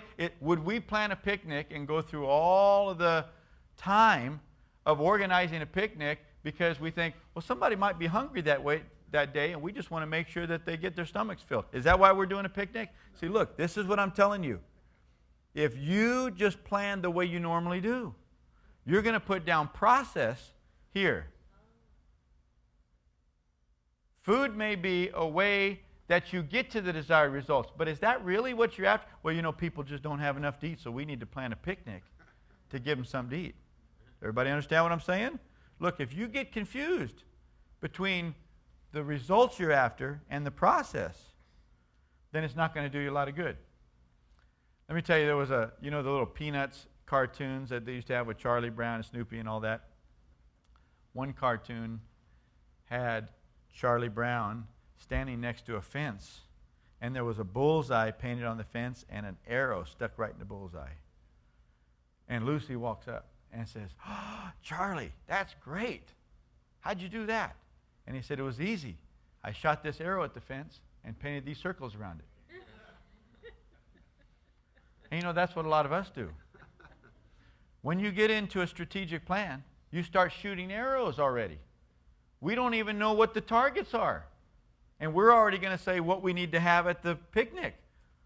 Yeah, but how do you know what you need to have if you don't know what we're after? What is the end result? When I was a youth pastor, sometimes we'd plan activities, and we do it because, youth are supposed to have activities. And after a while, I realized, I'm spending all this time and even money and losing sleep to do things, but I'm not getting the results that I'm after. I'm busy, but I'm not getting the results. And so we began to think, what are we really after? See, because when we would plan something that was more fellowship-oriented, that would really foster connections and such, you wouldn't get a lot of people there. But if I'd say to the group, hey, we're going to Magic Mountain, here's what it's going to cost, and it costs more money and everything, well, man, they came out of the woodworks. They brought their friends. We had to rent buses to take these guys to Magic Mountain. And so you get there as a big group. Well, what are you going to do? You can't all walk around with 80 or 90 youth all together. You can't do it. So what do? They break up into groups, and often the Christian kid who brought his unsafe friends is now off with his unsafe friends. He knows what time to meet and all of that. But the bottom line is, did it really foster fellowship? Did we really get what we were after? No. See, it's activity, but because we didn't stop and clarify the targets, we planned the wrong activity. And it happens so much. And so let me ask you again, is food really what we're after, or is that part of the process to get what we're after? Part of the process. I think so too. Yes. Are we planning a picnic? Yes. Okay. For me, I'm understanding food as the critical element that makes a picnic a picnic. Sure. Otherwise, it's just a gathering. If we were a gathering committee planning something, we could gather and do fellowship or anything. That's But right. because it's a picnic, I think food is critical. I do too. And remember, we're not asking the question, what's the most critical? We're asking, what's the result of the picnic that we're really after? See? So if you don't ask the right questions, you don't get the right answers. We're not asking, what's the most important thing at a picnic to make it great? That's not the question we're asking. The question we're asking is, when the picnic is done, over with, what's the result that we want to have obtained from that picnic? And it's probably not going to be, we ate. Because people will eat without a picnic. But I would agree, would everybody agree that if you don't have food, and probably good food at a picnic, it's probably not going to be a successful picnic? Would you agree with that? Yeah, because a picnic has to have food, and hopefully good food. That makes it good. So see, we're not asking what's important to have a good picnic. What we're asking is, this is where we got to be disciplined, what are we really after? Because listen, if you don't clarify this, you're going to keep planning and doing the right things because we all know what's in a picnic. But you won't get the desired results that you were really after. It's not the food that is the result itself that you're after. But I can guarantee what he's saying is right. It's a part of the process. And if you don't have it, it's going to be a critical miss. Right? Which is what you're saying. Yes? We didn't really start with a picnic. We started with something else we wanted to get, and a picnic would serve that. In a sense, you're exactly right. That's right. In a sense, you're right. But we're here to strategize this picnic. And so what we want to do is hang the targets on the wall, say, what are we really after? When the picnic's over, what do we want to have come out with? Right? Okay, Clayton.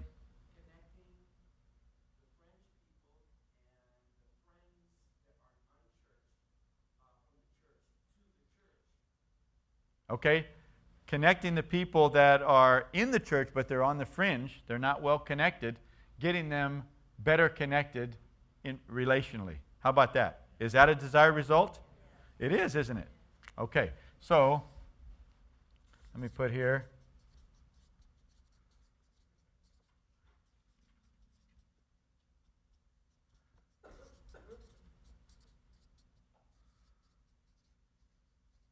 Now, we could use a lot more words, but now that we've talked about it, connecting the fringe people. Okay, so we all understand what that means. We could write a book on it if we wanted to, but we all understand. Is that a desired result? It is. Okay, somebody give me another desired result. Yes?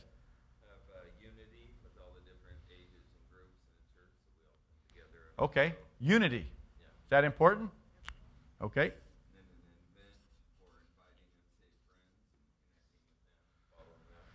Okay, so this is I'm so glad Jared brought that up.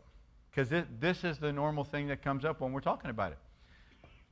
Unsaved friends, an event to invite unsaved friends. Okay? So, would that be a wonderful thing if people that were unsaved came, got connected, ended up coming to church and getting saved? Would it? It would. It would be a great thing. Now, is that a desired result for our picnic? Because if it's an evangelistic picnic, then is that going to begin to be conflicting with trying to get the people in our church connected? In other words, if I'm a member of the church that's well connected, and I know that a result is I'm trying to connect with the fringe people, but I brought some unsaved friends too. I can't connect with the fringe people because I got my unsaved friends there. And I got to focus on them, and I got to stay with them the whole time. See what I'm saying? So I'm just saying, this is why we just stop. All of these are good. But we just have to know what are we after? Because if you just presume they're all going to happen, well, they're probably not all going to happen. So we need to narrow down what are the targets we're really after. Do we want this to be evangelistic, or do we want this to be connecting the body? Or do we really believe, we can do both?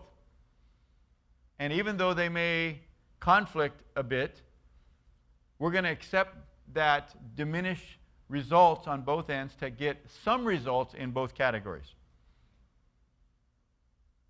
Everybody with me? So, do we want this picnic, are we planning this picnic for a result of evangelism, or is this picnic really to bring the people that have already come to church and to try to get them connected because they're not so well connected? So you tell me, what do you think? Second one? You like the second one. Anybody else? Larry? I like the first one, connecting the fringe people. Okay, connecting the fringe people. But not evangelism, trying to get our unsaved friends to come. Okay, so you like the second one I said too. Not evangelism, but focusing on the people that have already come and trying to get them connected. Okay, anybody else have a thought?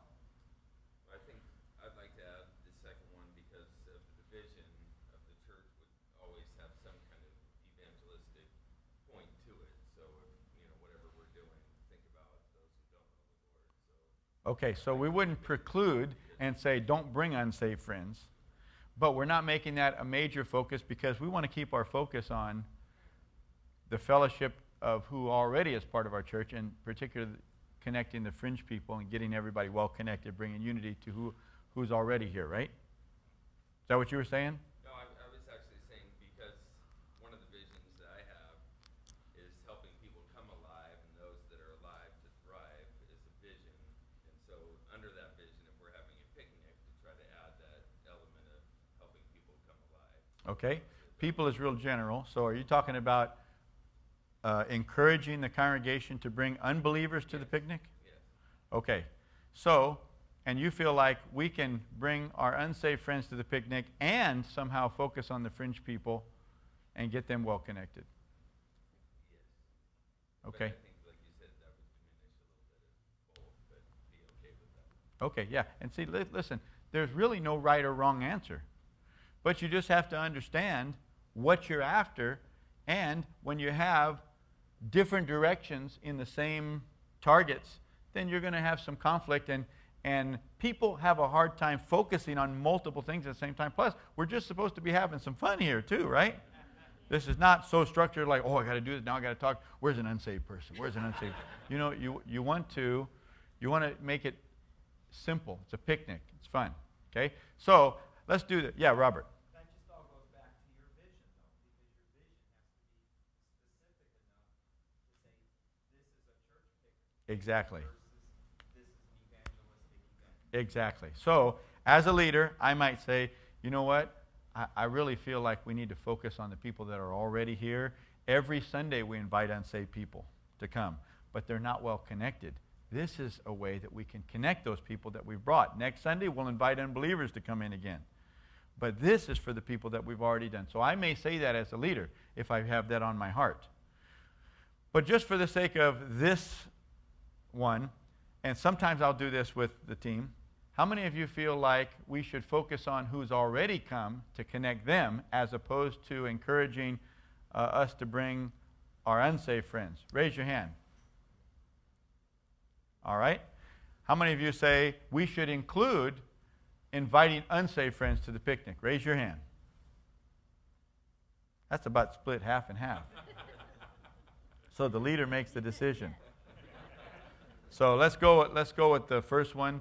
This is not going to be evangelistic. This is going to be to connect. Okay, listen, I'm not saying it's the right. I'm just saying we need to be clear. And so I'm not going to write bringing your unsaved friends, because I'm saying this is what's on my heart. We're evangelistic every week, every weekend. This is going to be to connect those, like we said here. Okay? Does everybody understand that you could go either way on this? The importance is, are we all clear on what we're after? Right? Yes, sir.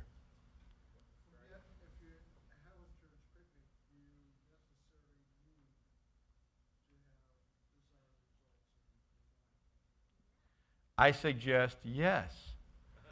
And here's why. Because, and this is exactly why we're talking about this.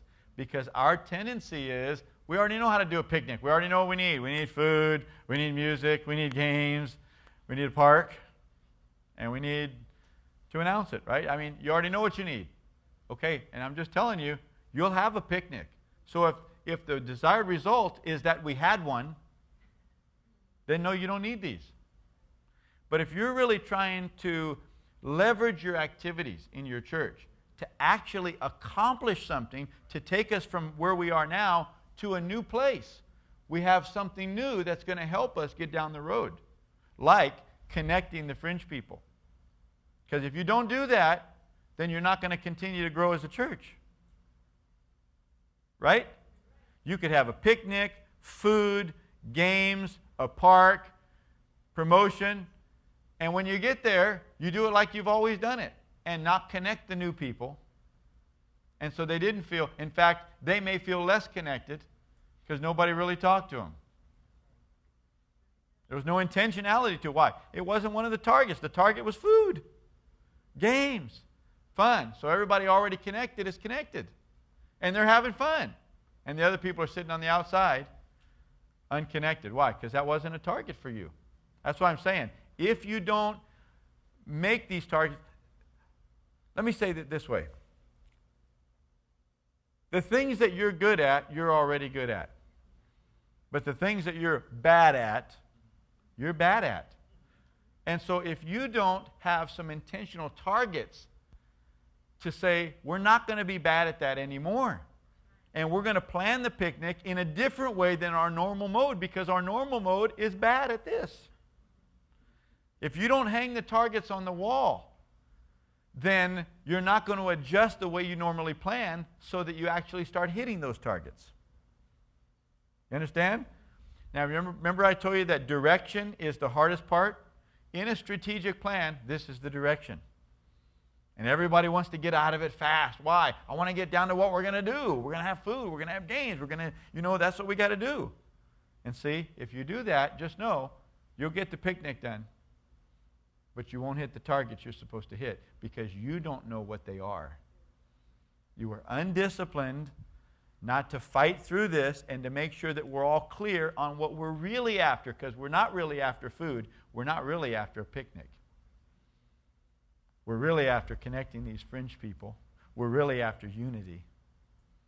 We're really after fellowship. Everybody with me? You got to hang the right targets on the wall. If you don't hang the targets on the wall first and you start shooting arrows, they will hit something. But they won't hit the targets because you don't know where the targets are. Yes?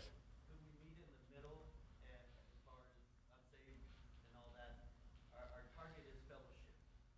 But could we maybe, with our church, the friends and everybody, say, look, you could invite people, but, our focus is that we fellowship. Yeah, good question.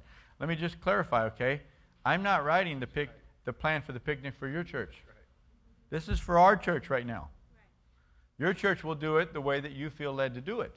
So we're not doing it the right way here in terms of what the desired results are. These are not necessarily the right desired results for a picnic. This is the right process to discover the desired results. Everybody clear? And for our picnic, these are the right results because I'm clear as a leader. Okay? So, yeah, another question. Who had one?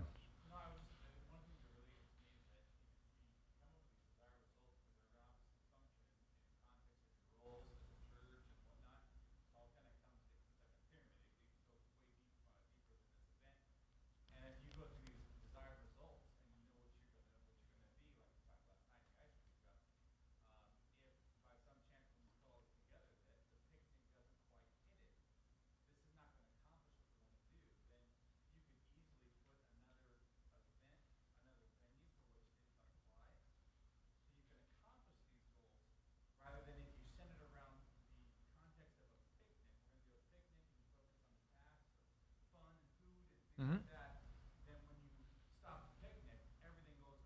Sure. Yeah.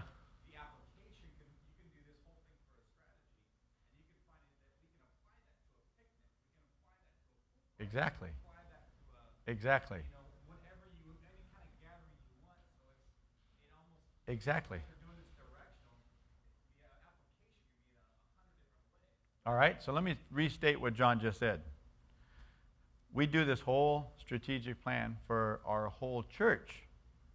And when we get down to the part that is maybe focused on trying to hit the fellowship or unity part of our strategic plan, one of the arrows to hit that is a picnic. Now we get to the picnic, and we're doing a strategic plan for the picnic, and we make sure that the desired results of the picnic, because the picnic is the arrow shooting at the target of the whole plan. But now the picnic needs its own targets. And these targets need to line up with why we're planning a picnic in the first place. Because in the first place, I guarantee you, it wasn't, well, we're hungry. Right? See, so if you don't clarify the targets for this, even though this was a picnic as an arrow to hit the bigger targets. But now the picnic needs targets of its own to make sure that the arrows go in the right direction. Okay, so now, desired results. Do we want fellowship at our picnic? Yeah. Do we want to connect the fringe people? Yeah. Do we want to increase our unity in our church? Yeah. What's another desired result we want? Yes.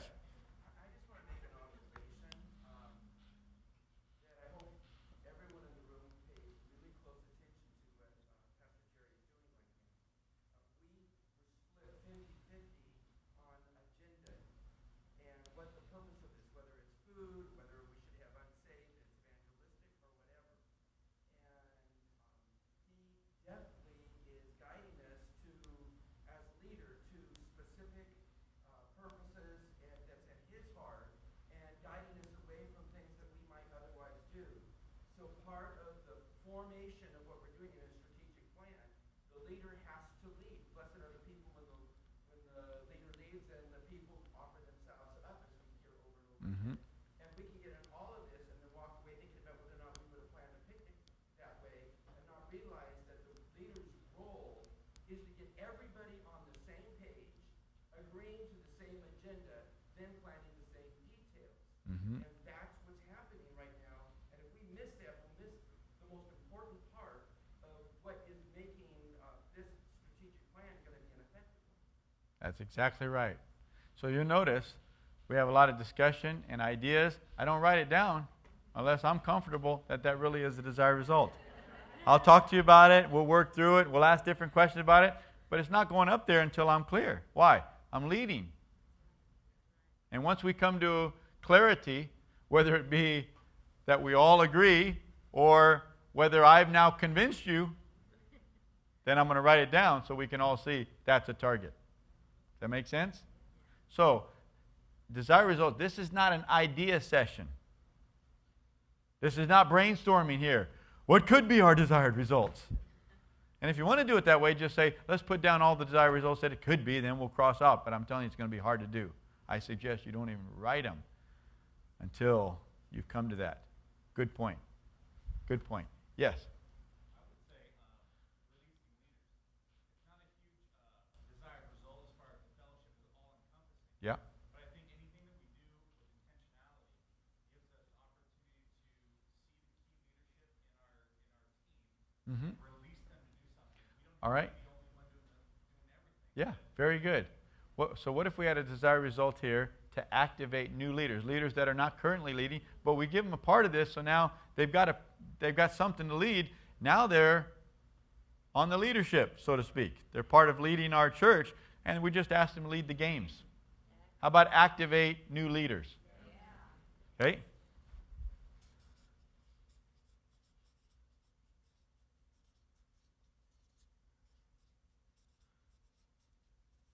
Now let me ask you a question. If we just jump right to planning, we need food, we need games, we need a park, we need promotion, we need directions, right? If we just jump to planning, we'd miss things like this. It would never happen because we already know how to plan a picnic. Planning a picnic is not rocket science. Hitting desired results takes great discipline. Say, don't give me the process yet, how we're going to get this. Food's a part of everything. Games, fun are part of everything. But what are we really after? See? Okay, any others? What if we had a picnic and there was good fellowship there? People's hearts were enriched and encouraged. There were fringe people that really didn't feel well connected to the church, and when they walked away, they felt connected. Our unity increased. There was just a sense, hey, we're all in this together, aren't we? And there were new leaders that stepped into a leadership role that now they feel like, hey, I'm a part of leading. I'm a part of this thing now. Not just a fringe person being connected, but actually somebody that stepped up into leadership, and now they feel like, hey, I'm a part of helping with this thing. Would that be a successful picnic? Look, I hadn't even talked about food and games and all that yet. Because isn't this more valuable than just having had food, having had games, everybody see what I'm talking about? Be disciplined not to blow by this and get right to the easy stuff. This is the hard work right here. And you're going to have to stand there, and somebody's inevitably going to bring up process, the arrow, that everybody knows, oh yeah, we need that, we need that, we need that. We're not asking what we need. We're asking what we want the result to be when it's all done. So important. Yes? I've got a quick question for you. When we talk about one of the things that you said before is when we start that strategic plan that we have key leaders, key influencers, Mm-hmm. key people that are part of, that are going to buy in. Sure. And whatnot. And it's important, like you said, that how you lead and help us set tone and be a part of this discussion. Having done this, I know many times I even did this you came with Marty Walker and his church team on youth levels and whatnot, so I've seen this many times in process. But when you say you gather your team, sometimes it's very easy for us when we see a key leader. A key leader is somebody that we would sometimes say is somebody's going to agree. Somebody that's going to really be on board. Sure. And say, be almost, if I can say it this way, a yes man. And so, I mean, how, in your experience, when you do this leadership team, what proportion do you give to people who will at least ask the questions? Some of us can see like, well, you're being insubordinate. You're not on board with the vision, but yet they're just asking questions to make sure that the checks and balances are in place with our desired results, Mm-hmm. with our tasks and whatnot.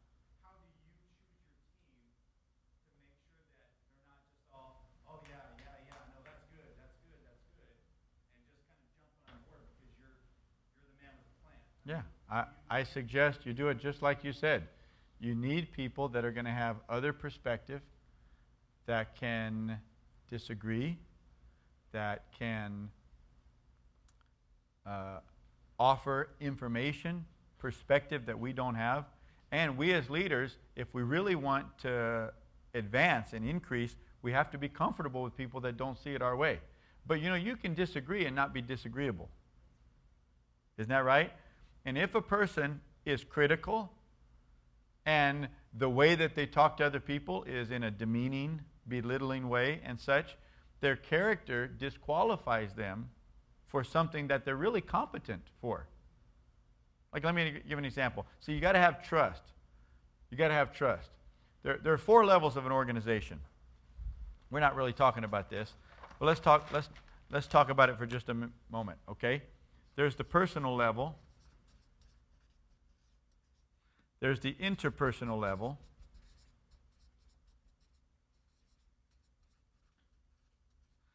There's the managerial level.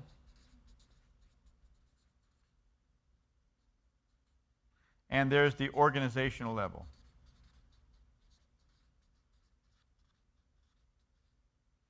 Okay. And each one of these levels have a key that makes it work. Okay? The personal level, interpersonal. Let's start with interpersonal. Interpersonal means that we're working together. Personal is me. Me, one person, an individual. One person on your team. Okay? The interpersonal is you and I have to work together. Managerial is they've got a leader overseeing people.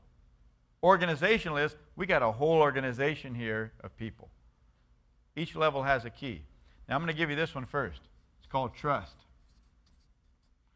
If we're going to work together interpersonally, we got to have trust. We've got to have trust. So, if trust is the key to working together, let me give you a quick example. If you and I are working on a project, and what you know about me is that I don't follow through. And so we get together to do a little plan and say, hey, why don't you do this and I do this? Now what's going to happen? You're going to walk away, but you're going to think, I don't really know if he's going to follow through and do it. So are we really going to work together very well? No, because you don't trust me. Okay? So interpersonal, the key is trust. We've got to have trust. So if trust is the key at the interpersonal level, what's the key at the personal level? Trustworthiness.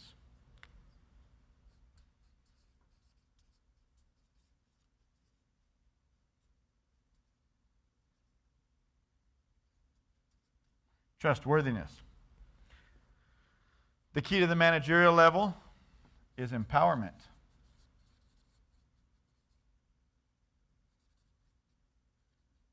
What does that mean? If I'm the leader of a team, listen closely, the key is not to get the team to make me successful. The key is for me to get all those team members to be successful at their parts. And if they're all successful, we're successful. So the key to the managerial level is that leader helps each team member be successful. And then we're successful. Does that make sense? I can't see them as making me successful. I am there to serve and wash their feet to make them successful, but we've all got to be in alignment. But nonetheless, I got to help you to succeed. I want you to win. And if all of my team wins, we win. Can you see that? So the key is empowerment. Organizational level, the key is alignment. Think about a car. Okay, we're talking about a car. Think about the four wheels on a car, but they're all pointed different directions. Well, I don't care how much horsepower you have in that engine. You're not going very far, and it's going to be a weird ride. Because that thing is going it's turning in circles and everything, because the wheels are all pointed different directions. So you can have the best players, you can have the best tires, the best wheels, 20-inch rims, you're looking great. But the wheels are not all pointed the right direction. This is what happens on our teams often. You've got high horsepower, but because we're not all focused on the same vision, and they're not gearing their smaller ministries toward the overall vision. See, we've got wheels, but they're not aligned. So the key to the organizational level is you got to get everybody going the right direction.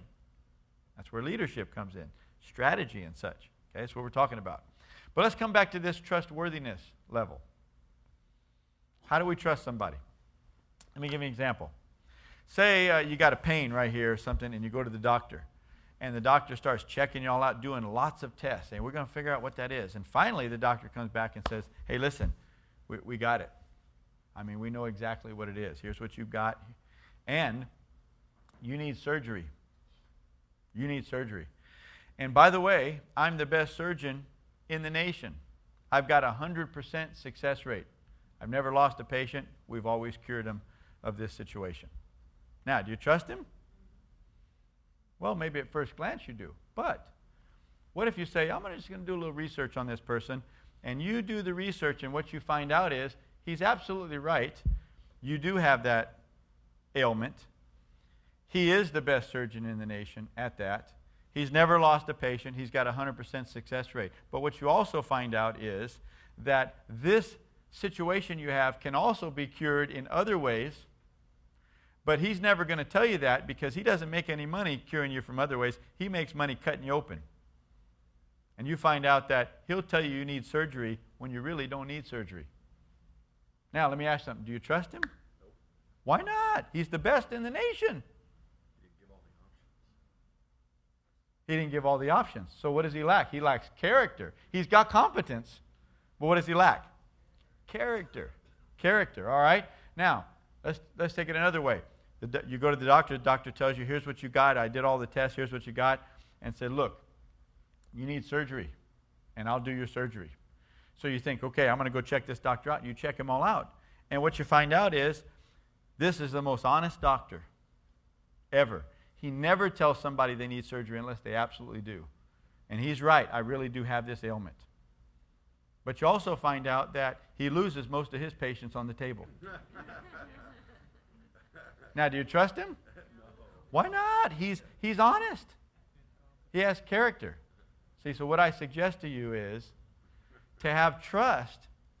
You need somebody trustworthy, but trustworthy doesn't only mean competence. Trustworthy means competence and character. And a deficiency of one, or let's say it this way, an abundance of one does not compensate for a deficiency of the other. If I'm going to trust you, I need both.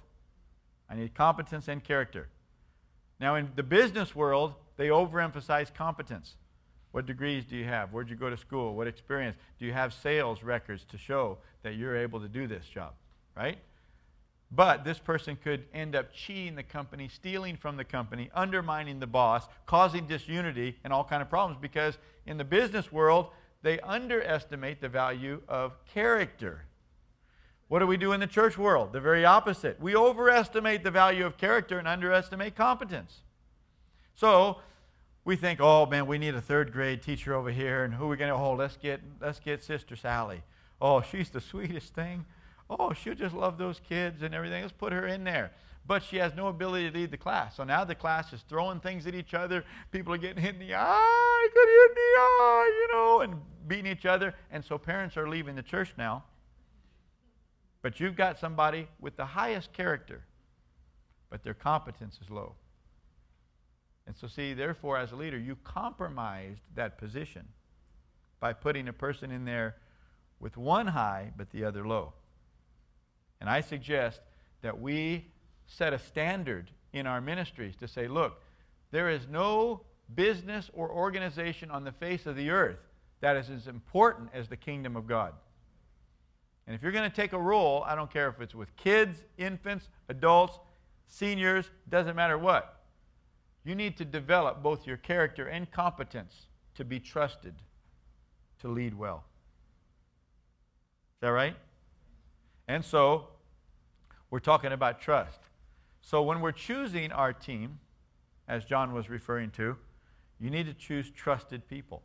People that not only have competence, but they have character. Not only have character, but they have competence. It's part of choosing the team. Okay, where's our picnic? All right, now, are there any other desired results? Yes.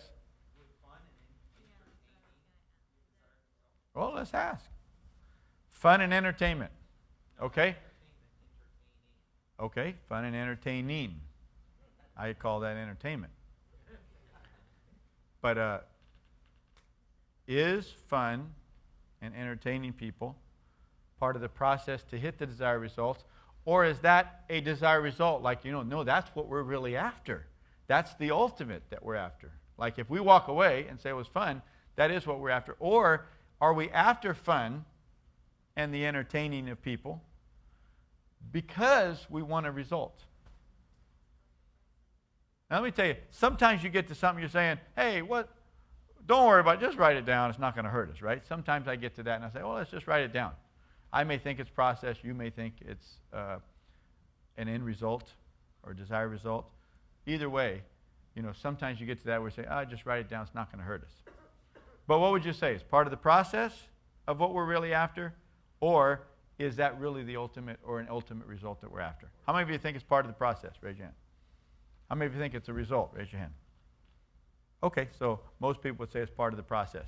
But how many of you would say, but it is essential? Raise your hand if it's essential. See? So we're just clarifying now, just because it's essential at the picnic does not mean it's a desired result. Everybody clear? Okay, this is so important. All right, if we had a picnic that people fellowshiped together, they walked away encouraged, the fringe people got connected, now they feel like they're part of the family, unity was increased, and we activated some new leaders, would we feel like that's a successful picnic? We would. Now that's going to take some other things that we didn't write down to get that done. But this is what we're really after. Can anybody think of another one you want to add to this? Yes.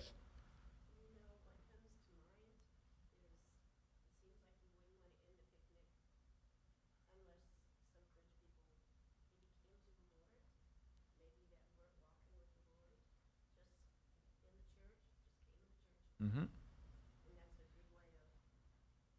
Mm-hmm. Yeah. And this is where you as a leader get to lead, right? And decide, are we going to have some type of an altar call or something at our picnic? Let me tell you a little story about a conflict that I had inside from this past Easter. This past Easter, we had, 20-something services, Easter services, between all of our campuses and congregations. Okay? But just before that, on the Anaheim campus, we had a musical that we presented, and we presented 4 showings of that. So we gave out what looked like tickets. They were free. And we said, hand them out to your friends, invite everybody to the musical. The musical presented the gospel. It presented about the Lord Jesus and the truth. It was a fictional about a Roman soldier that fell for a Jewish gal and how she wouldn't go with him because he wasn't a believer in Jesus. And she found the Messiah. He was teaching, did the Sermon on the Mount, and she found him, and she said, if you're not choosing Jesus, then I can't be with you, and the whole bit. And at the end, he chooses Jesus, and genuinely he does, and so we go on about story. But in the middle of there's crucifixion and resurrection and all that stuff. Now, I felt led at the end of that to say something about the love of the Lord and such, but not to do an altar call. Yeah, I'm telling you, there were times where I'd say, that's sacrilege, that's wrong. You got all those people there, and there were thousands. Over 7,000 we counted seated watching these 4 performances. So some people say, well, that's wrong. But let me tell you, in my heart as a leader, the Lord has shown me some things about layers of ministry. Jesus, in Mark chapter 4, the Bible said multitudes were gathered to him, and he taught the parable of the sower. And then, when the crowd dispersed, those around him with the 12 asked him and said, tell us about the parable. And here's what he said. He said, to you it's been given to know the mystery of the kingdom, but to those who are outside, it just comes in stories. Remember this? And he didn't explain it all to them. He just gave them the story and let them go. No explanation. The truths are in the story, but no explanation. But the crowds kept coming back and coming back. But he said to the smaller group, to you it's been given. And then, that's in verse 10. And in verse 33 it says, then when he was just alone with his disciples, he explained everything to them. Sometimes what we want to do is, we want to continue to go, push, because we don't get that big crowd. And so we got to make sure we give them everything. But here's what I believe in my heart. I believe in my heart, first of all, that the presentation of the gospel was clear. I mean, people were crying that weren't even saved. It was clear. We got testimonies of people going back and having a discussion over at a restaurant with it and leading people to the Lord. Now, but here's what I'm looking at long term. I feel like we're going to continue to do musicals and presentations that are creative from the creative arts like this. And I want it to be known, when you're invited to a musical, we're not going to hijack that and start really getting up in your face, like, no, you need to do something right now, you need to come up right now, and pressure people. Because some people will come up, but you got to remember, a lot of other people, they're not going to come up and they're going to say, man, my friend just asked me to do a musical, and now you're getting all up, pressuring us. We may not feel like that, but other people will feel like that. And so, see, this is where you got to know what's the purpose of that particular venue. Because if you only have a one-level ministry and everything's going to be the same result, we're going to have an altar call and everything, then you're going to know what you're probably going to do, listen, is you're going to pare down the size of your ministry. Because you've only got a one-level ministry. And you can't allow somebody just to come and hear the parable. Everybody's got to be a disciple, and right now. And so your focus becomes limited. But can you allow people to come to something and just have that first step of connection or understanding something or a musical presentation of the gospel and let the Holy Spirit work on them? And then when they're starting to go through a rough time, guess where they're going to come? They're going to come to that place where they felt God. See? But if you force it all the time and everything's got to come to the same conclusion, just know you may get what you want in a limited fashion right then, but long term, are you able to reach the people that the Lord's called you to? This is something that the Lord had to confront me about after I youth pastored for 9.5 years. The Lord said, when you were a youth pastor, you had a one-level ministry. Everything you did was at the same level, deep. And that's why teenagers that would come that weren't ready to be born again quite yet, they didn't feel comfortable because you pushed them to, let's all lift our hands right now. Let's all do this right now. Come on. I'd say to young people, come on, the Bible says lift up your hands. Lift up your hands. And here, this is the first time here, and they're lifting up their hands. They don't know what they're doing. But see, because I know we're supposed to come to this, I want everybody to come right now. See, and we don't allow the Holy Spirit to work on people at various stages. So we had our musical. I didn't give an altar call. And then we had our Easter services on Sunday. And over 500 people, we counted their hands coming to the Lord. And so we have to be led by the Holy Spirit. And we have to know, is this picnic to bring people to the Lord and have an altar call right then? Some people would go to the park and they'd go out witnessing to other people at the park. And I know certain churches that if they didn't do that, then they would feel like that's compromising who we are. I'm not saying it's wrong. I'm just saying whatever you're leading, put the targets on the wall that you're feeling like the Lord's leading you to accomplish, to hit. That makes sense? So I'm not saying one's right or wrong. I'm just saying be led. But sometimes I know that for me, it's evolved over time, and things I used to think it's an absolute, we have to do it, I've reconsidered those. And I believe we're going to get people coming to musicals in the future because we didn't put them on the spot and push for that, and they're not going to feel uncomfortable coming, and one of these days we're going to get them. Because the presence of God will catch them. And they'll know that they can trust to come back around without feeling like we're going to put them on the spot or something. Okay? But on Sundays, at Easter, you come to church, I want you to raise your hand. We're going to pray over you. See what I mean? And then we're going to call you into discipleship. Because that's what that's for. This other is more of just getting you used to, I want you in the building. I want you feeling the presence of God. I want you to get in touch with the story of the Lord, the Easter story and such. And the next day, we're going to take people deeper. And I invited anybody, if you don't have a home church, we'd love to have you come. So I made sure to invite them to that next place. And that's where we're going to get down to business. That makes sense to everybody? Okay. Now, I'm not saying that's the right approach. I'm just saying that that's something that I've come to, and I had to be clear on that musical. What are we going to do? Because if you're not clear, everything will be the same because you've got it on your heart to win somebody to Jesus. So you'll do the same thing every time. But you'll start limiting your scope because you don't have multi-layers where people can connect with your ministry. It all comes down to the one thing that you have to offer. And if that's what you're called to, that's fine. But you just have to be okay with the fact that people don't all relate at first to that one thing. Okay? So, here's our picnic. Let's lighten this up now. We're just talking about a picnic, right? All right, so what do we think? Do we want to have an altar call and make sure that unsaved people have an opportunity to be saved out there at the park? What do we think? Okay, he said, not this picnic. How many of you say, not this picnic? Raise your hand. Okay, let's not do it this picnic. Okay, so, by the way, here's a little tip, okay? When I get to a place where it seems like, okay, we've kind of tapped this out, but don't be in fear that, well, what if we didn't get them all? Here's what I'll say as I'm pulling the page. I'll say, we can always add to this, right?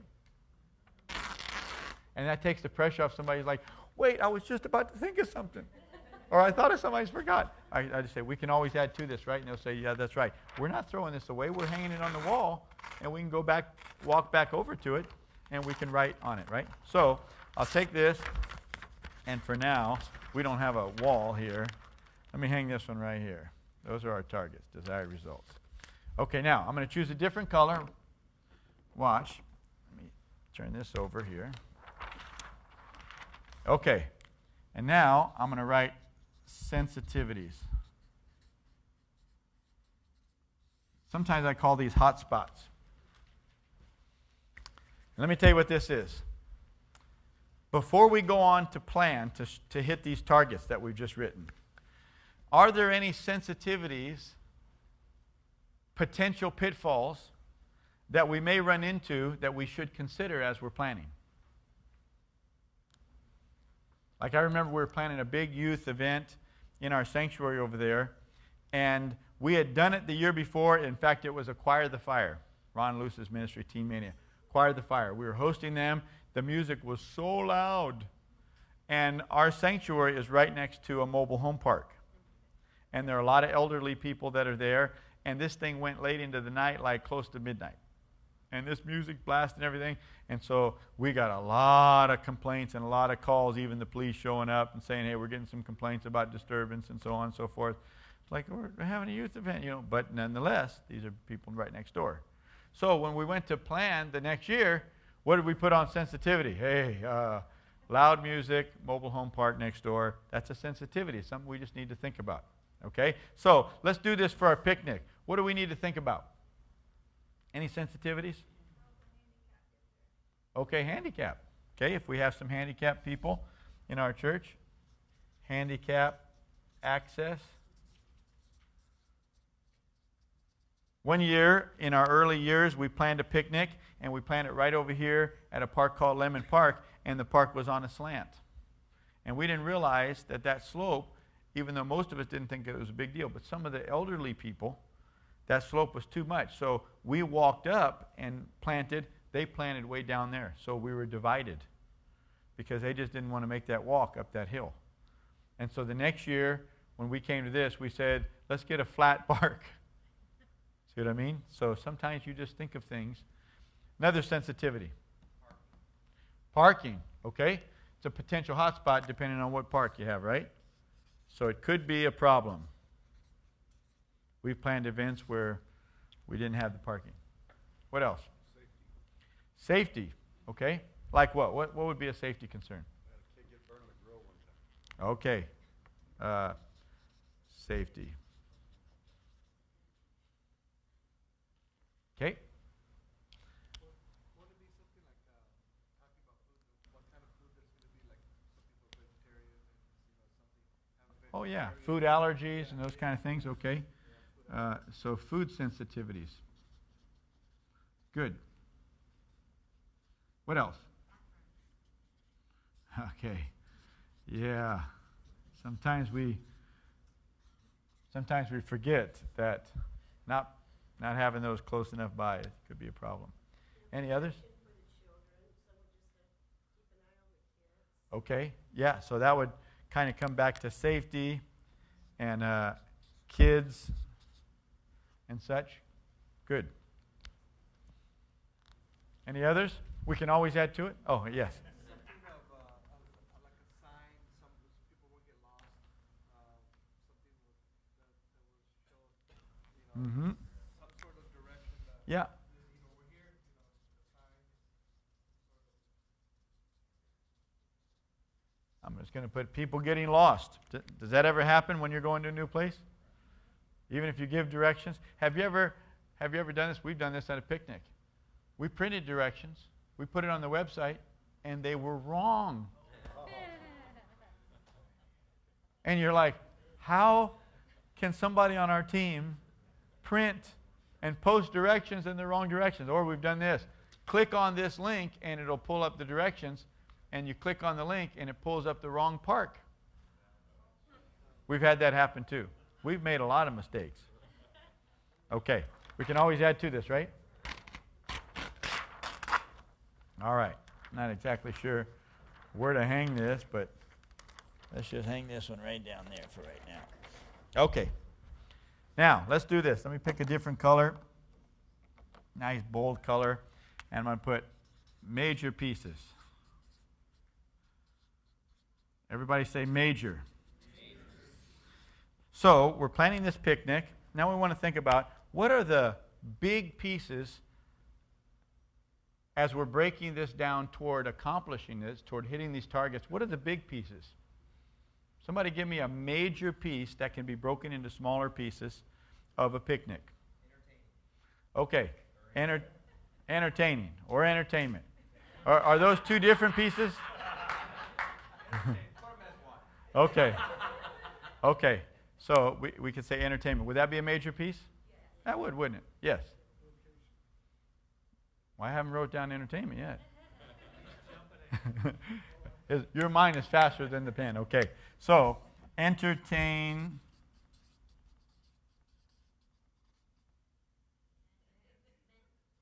Okay. Okay, entertainment. And location. Okay, now let me ask you, is that a major piece?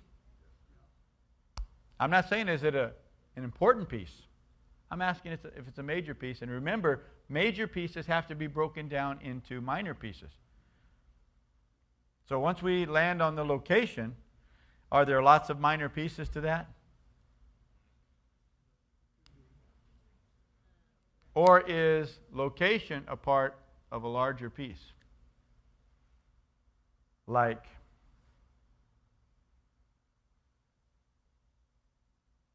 organization, administration.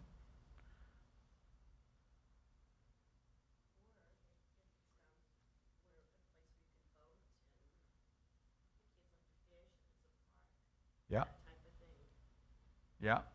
And so, with location, we're going to need reservations. We're going to need directions. So, is the location a part of a piece that we could describe, that we could break it down into, we've got to find the park, reserve the park, communicate, have directions available for the church, have directional signage so when you show up, you know what part of the park to drive through, right? Could that all be part of a piece? Okay, coordination. What if we call that coordination? What do you think? What do you think? Coordination, organization, planning. Coordination, let's do it. Is it true that it really doesn't matter what we call as long as we know what it is? Kind of is, huh? Okay. Coordination. Okay, and so we know, and just so we don't forget, let's put in here location. Okay, what's another major piece? Food. Is that a major piece? Woohoo! All right. Food. Can food be broken down into smaller pieces? Like what? Planning the menu. Yeah, the drinks, the purchasing, right? The cooking equipment, the cooks, right? So that we see that there's some minor pieces. Okay, what's another major piece? Is games part of entertainment, or is are games separate? You're going to have games and you're going to have entertainment, or is that all part of the same thing? Okay, so games is a subpoint of entertainment. Is that right? Separate.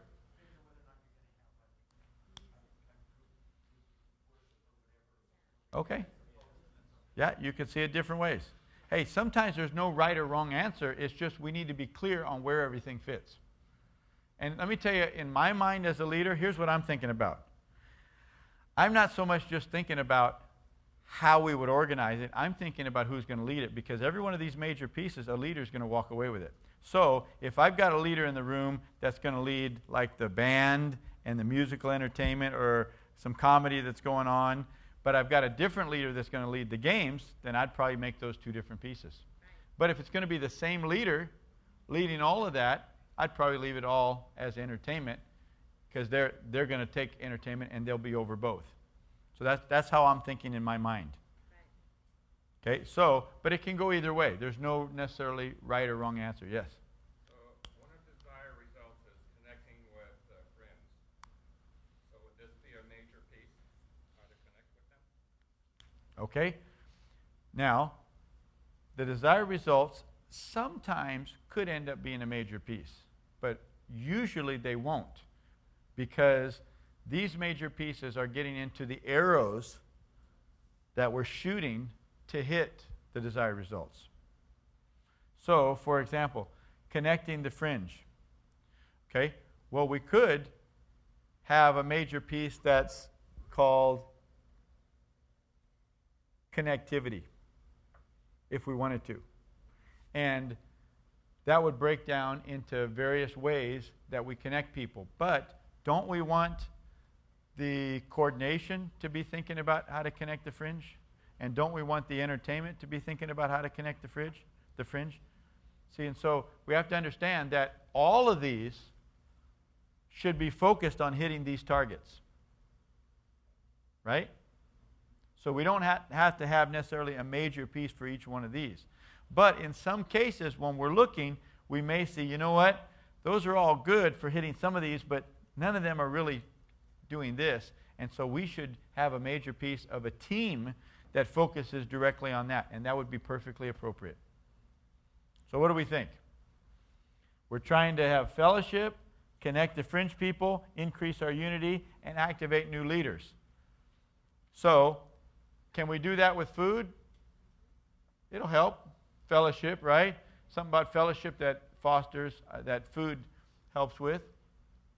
But the way that we did food would be important. If we just have a free-for-all, that'd be important. That would not be important. But if we said something like, okay, all of you that have been at the church for 6 months or less, we want you to come in the food line first.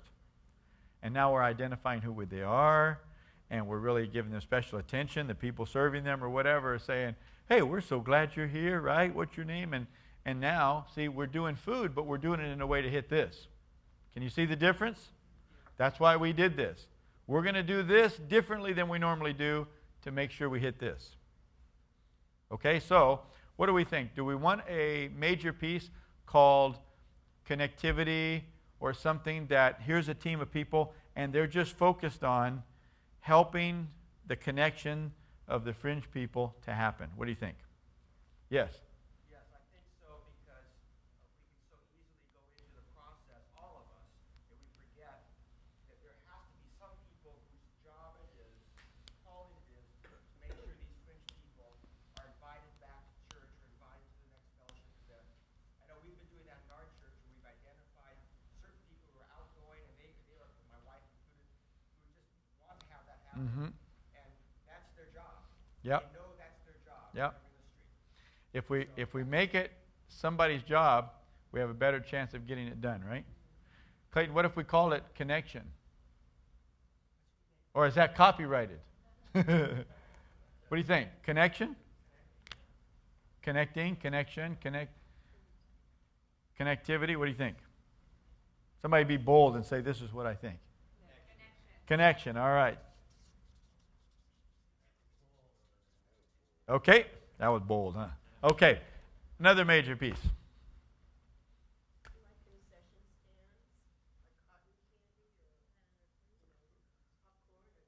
Okay, would that be part of food?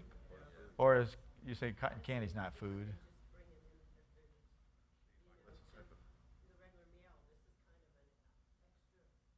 Yeah.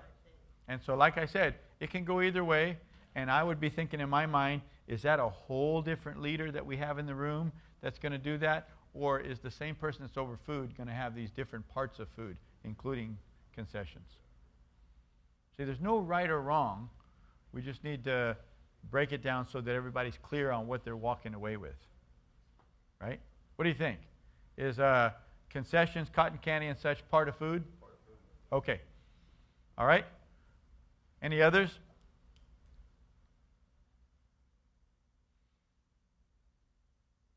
That pretty much cover it? We can always add to it. Okay, so we've only got 4 major pieces here. Okay, now, we can always add to it. So let's tear this off, and let's see. Let me pull up a chair here. I'll put this chair over here so most people can see it. Let me see if this will stick. This doesn't normally stick on fabric very well. All right, let's get a fun color here for minor pieces. Minor pieces are breakdowns of the major pieces. Okay, so let's take each major piece here and let's put it in the center of the circle and let's break it down. And what we're doing here is we're going to give the leader, whoever takes this major piece, we're going to give that leader a head start to say, hey, when we talk about food, here's what we're talking about. When we talk about connection, here's what we're talking about. Okay? So, let's take food. We're going to put food in the center of the circle. And let's break that down. How about concessions? Not every church would do concessions. Maybe we have somebody in our church that has some booths, and they do that. So, that would be a part of this, right?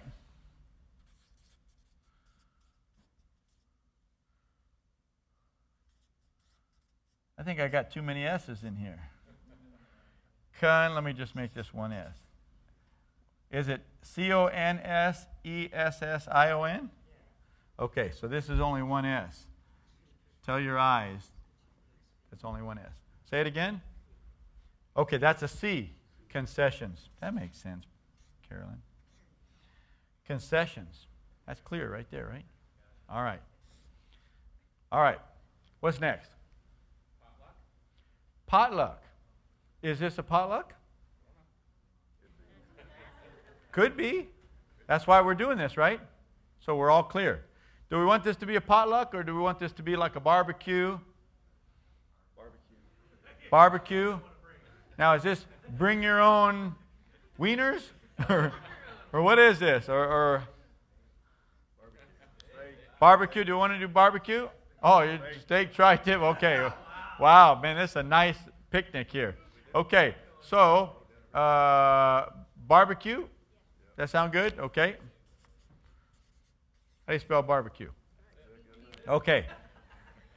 What's next? Another part of food. Yes. All right. Now let me ask you something. Is that a breakdown of food, or is that a major piece that we didn't put over there? Which is why we always say you can always add to it, right? Okay. And how many of you can see if we would have cleared the whiteboard, that's gone, right? So I'm going to come back over here and I'm going to add clean up. And, can we put set up in the same category? Or is that a different major piece? Boy, you see why we have to have a meeting? Because we're confused. Okay, should we put set up and clean up in the same one? And 2 different groups? So we don't want the people that are doing the setup to have to be involved with the cleanup. Is that true? But let me ask you this. Could the same leader be over both and have 2 different groups that they're over? So we could make it the same major piece and ask that leader to set up 2 different groups, right? Okay. So we've got clean up, and then I'm putting here set up. Do you see how I'm asking a lot of questions? And then we kind of come to a consensus, and then we all get on the same page. You'd be surprised how much dysfunction that avoids just by us asking all these questions, getting it clarified. And somebody's going to say, now why is clean up and set up the same? You say, well, let me tell you, look, it's in the same category, but they're going to be 2 different groups. See, now everybody knows to say that. Okay, so barbecue, what else? Drinks. Do we need drinks? What else? Paper goods. Okay.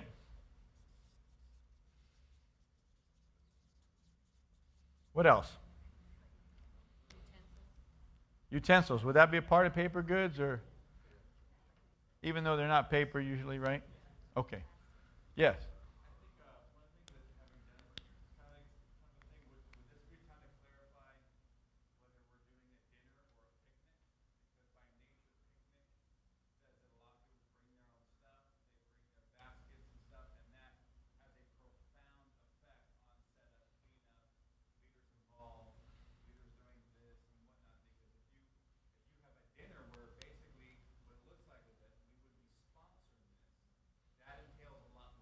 Yeah.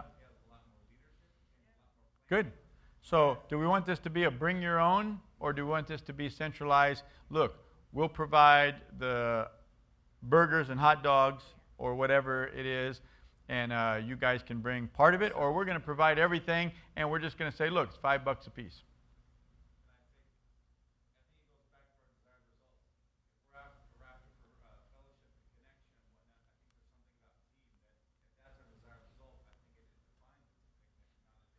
Very good.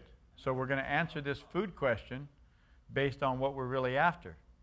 So what do you think, what approach do you think will help us to hit the targets of fellowship, connecting the fringe, increasing unity, and activating leaders?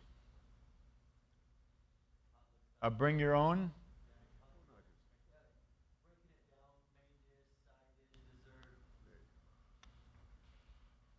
Okay. What do you think? Potluck? Church will provide the meat. Church will provide the meat?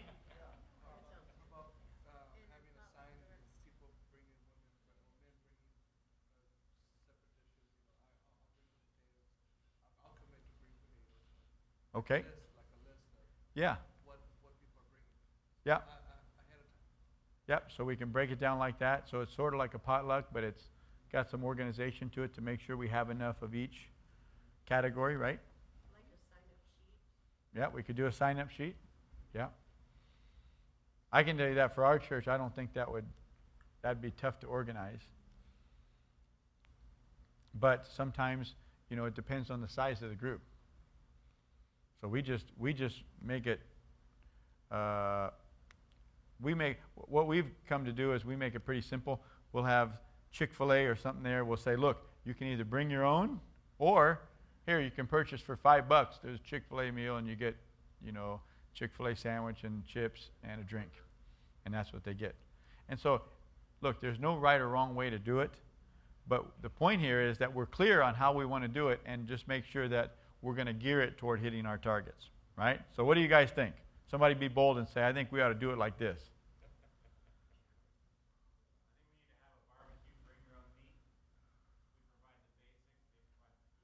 Okay, a barbecue, bring your own meat. Do they bring their own grill? Yeah, they cook it.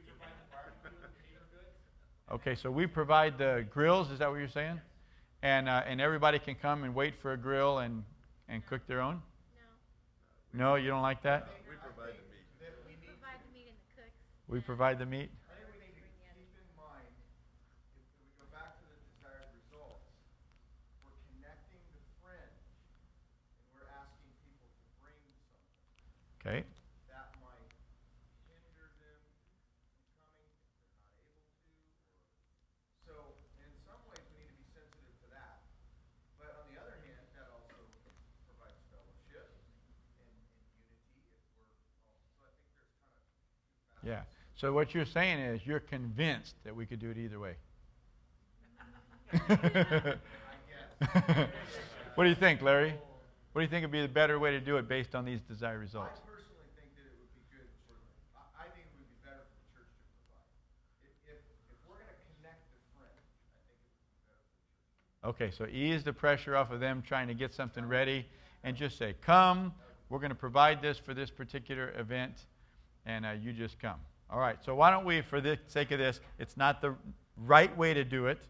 There's no right way to do it. We're trying to hit something here. But we say, hey, let's do it like this, and then we'll work toward making that happen. Okay, can we do that? Yes. Okay, so we provide meal or The primary, and we could say, look, if you have something you want to bring, that's fine, but we're going to provide this, this, and that. Does that sound okay? We provide the main meals. And then people can bring food, right? So we don't preclude them. We say, look, if you've got a specialty, something you want to bring, have somebody try it, we'd be happy to try it. Right? But, okay, so that's not the perfect way to do it. It's not the only way to do it. That's the way we'll do it for this picnic. Okay, yes. Do we need budget? Think that's a major piece?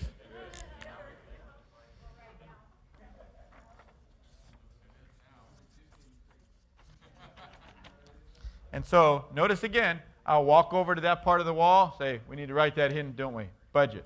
Okay, very good. And of course, that means not just budget, but finances, all the finances involved. Okay, very good. Now, food. What we're telling this person that's going to end up overseeing food is, look, you're over the concessions, you're over the drinks, you're over the paper goods. Here's what we're going to do. We're going to provide the main meals. People can bring food if they want to. We're going to have a barbecue. Anything else we want to tell this person that they're in charge of to make sure that they're clear on the scope of what food means? Okay, there we go. Servers. Especially since we're going to provide, we need some people that are preparing and serving, right?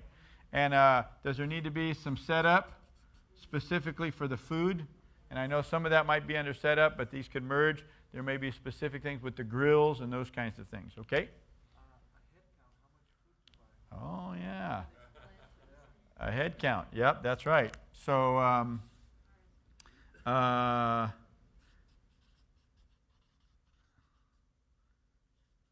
estimate number of people.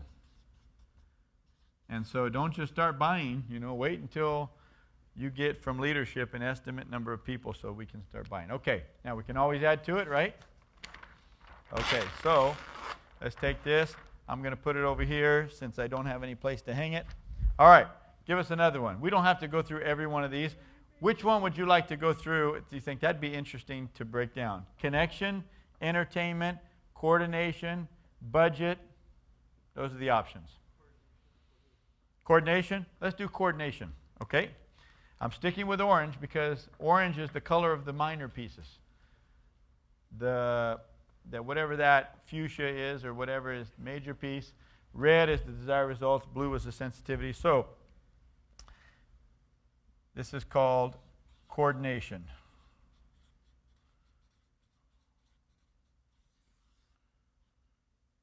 Okay, coordination.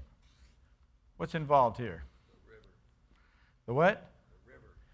Oh, you're going to have a picnic at the river? Float down everything. All right. Well, around here, I'd say, what river? Colorado River. That's called sewage around. No, I'm just kidding you. Okay. Okay, so what do we want to put here? Location? Okay. Can we say location / reservation?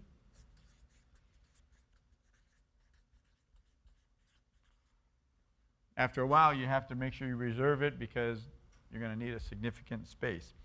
Okay, what else? Coordination. There you go. That's a good question. It is promoting this thing, its own major piece, or, so we say, that's part of coordination. Let's make it part of coordination, but I can tell you this, often it's its own major piece. Okay? So just know there's no perfect way to break it down.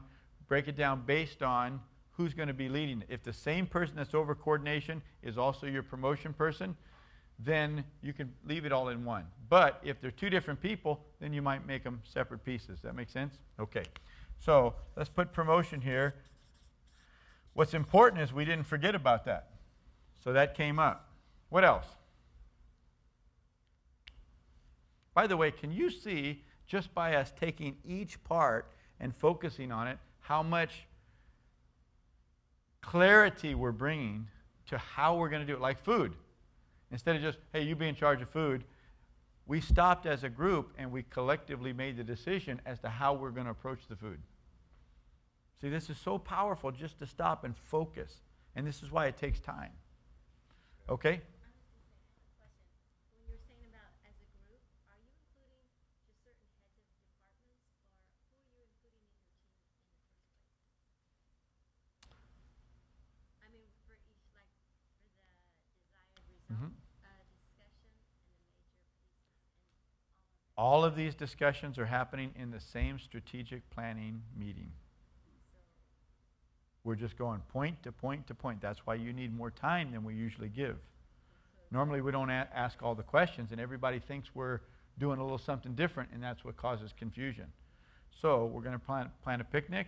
We need, I would say, in our church, because we've done this so many times, that a picnic planning session could happen in an hour and a half to 2 hours, but it's because we're very familiar with the process. So we don't have to explain what's the difference between desired results and major peak. We don't have to explain all that. But at first, you need time. So who do you call together to plan a meeting? What level Well, of people? there you go. Well, that's what we talked about when we were preparing for a strategic plan. We need the people in the room that are going to be influencers, that are going to be faithful. They're going to be willing to take a piece, a major piece, and run with it. They have enough character that they're not going to hurt people in the process, right? And so if it was a church picnic, well, I would certainly want what I would call my senior leaders at that meeting. Yeah, that's what I would do. But if it's an all-church picnic. Now, there are some projects we work on where the senior leaders, they're not all focused on that. Like what they lead is not going to play into this. So I need a group of leaders specifically selected for that project. And I've already thought through the major pieces of that project. And so I'm going to invite leaders that can take one of those major pieces. See, in my heart, I'm already down the road. I've broken this down. It may change a little bit, but the gist of it is going to be the way that I've already thought through it. And then we kind of enhance it and take it to another level. So if it's a church picnic, chances are you're going to want your kids pastor or leader there, your youth pastor leader there and such, because everybody's going to have some influence to get their teams involved and such. That makes sense? But I've done it a different way before, where I got some people that weren't even the staff. Got them to do it because they were just good at things. Okay. Coordination. What else?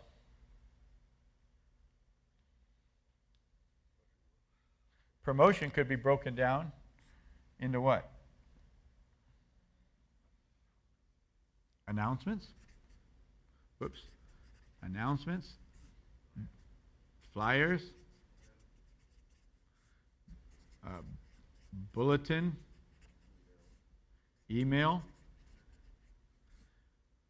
Internet or website, right?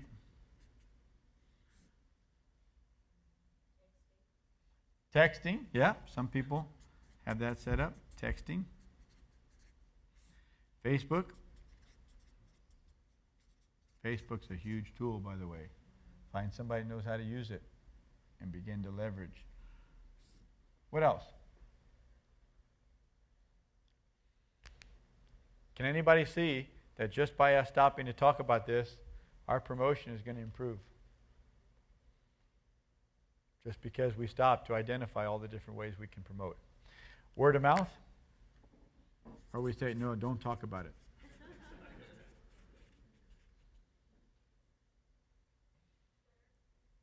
Twitter, okay.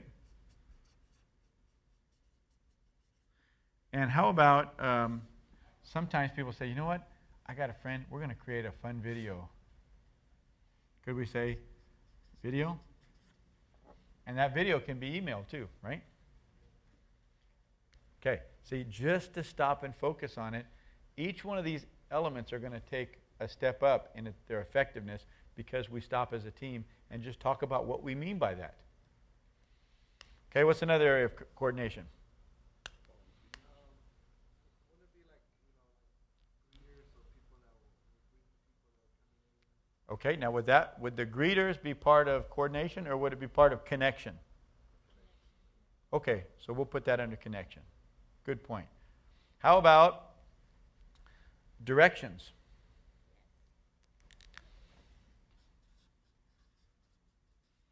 And that will merge a little bit with promotion, right? Direction. How about signage? You know, when you pull into the park, just because you got to the park doesn't mean some of these parks are big. Doesn't mean you know where to go, where to park, right? You may end up parking with a different group. And you walk in and say, I'm the fringe. I don't even know anybody, right? You walk to a different group. Okay, so signage. And I've had to talk to my team because we'll pull up there and, you know, we've got literally, you know, 1,500 people showing up and the sign's about that big. Say, come on. Get a sign out there. You know, get signs and make sure you have them. Every time there's an option of which way to go, have a sign that tells them which way. Somebody's got to think through that. Okay. What else? Yes? At what stage do you plan the date? When is this going to be in relation to the rest of the church calendar and all that kind of thing? Where does that go? I think we should decide on a date. What do you think? Should that be part of coordination?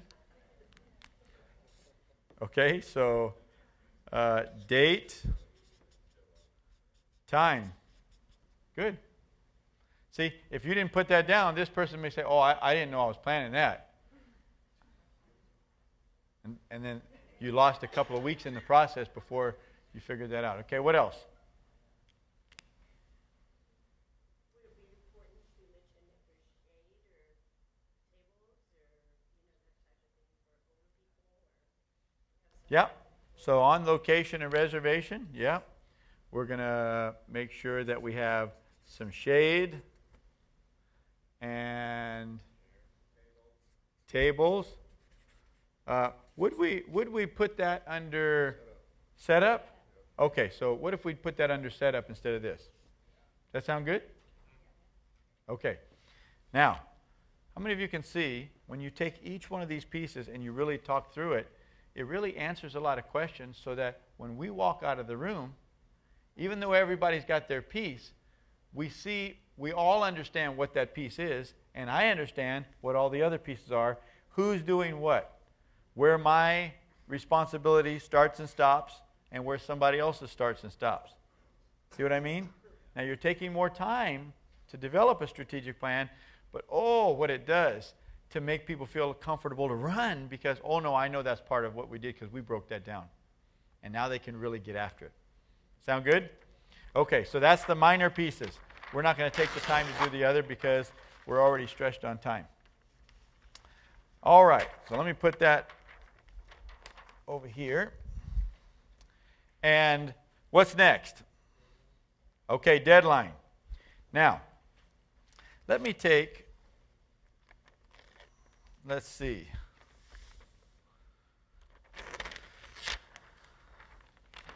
Let me take this and post it back up here. Desired results. But I'm going to get a different color. And the deadline is sort of what we're asking over here with the time, the date, and everything. So why don't we nail down, let's look at our calendar, so to speak, and let's nail down a date hypothetically. What do you say, we're at the end of April here. What do you say we're going to do this in July? How about that? Okay? So we look at our calendars and we say, what would be a great weekend to do this is July. I don't even know if it's a weekend. July, not July 4th. Let's go July 14th and 15th. Okay? So July 14th and 15th.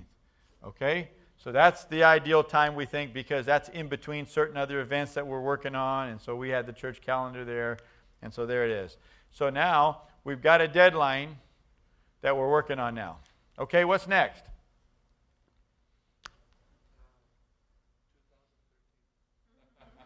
Thank you. All right. All right, what's next? After we get the deadline nailed down, what's next? Milestones. Now, let me tell you what that is. Milestones are, we're going to need some meetings in between here and now. So we got 2.5 months. So how many meetings do we need to make sure that we're on track? Normally, I'll tell you what really works well for people is about every month we meet. Once a month, we'll meet and see if we're on track. Okay? But here's what helps people. Even though I know what I'm responsible for overall, do I know what I should do this month? Or is it all the same? So what we do is we take each minor piece page and we come back and we just ask the whole group, hey, on this page right here, let's say, say this is April, and say we're at the middle of April. We've got May, June, July. So we've got 3 months. And so we need several meetings. Say we need 3 meetings. Let's say 2. 2 meetings in between now. So we're going to meet in the middle of May. We're going to meet in the middle of June. And then we'll have the picnic in July. How about that? Okay, so that means we've got 3 segments of time to work with. So what that means is, just theoretically, between now and our milestone meeting, a month from now, we need to have about a third of the work done. Everybody see what I'm talking about? Okay, so we know that's theoretical, but nonetheless, it helps us. So if we're going to have a third of the work done, and we're saying we got 3 months for this picnic, with coordination, location, reservation, date, and time, which we've already got the date, so we just need to nail down the time. I can cross off the date. We need signage, we need directions, we need promotion. Now, which one of these, listen to how I say this, which one of these either needs to be done or as far into process as possible by the time we get to this meeting next month? Okay, so we've got to have this one done. I'm going to put a little asterisk there. Okay, we've got to have that nailed down. We can't wait on that. Everybody needs to know, right? Okay, so we need the location and reservation. Okay, this is one, location, reservation. Okay, what else either needs to be done or well into process by the time we get to next month's meeting? Promotion. We can't wait too long on that, right? Okay. Now, is it okay if we wait on directions? We don't really have to have that in the first month, right? Okay. Signage, we don't really have to have that done in the first month. But these 2 we need to have working on. So what did we just tell the person that's going to lead this? We just told them, look, not only do you know your overall responsibility, but you know exactly what you need to be working on between now and the time we get together next month. Right? Okay. Let's grab another one. Food.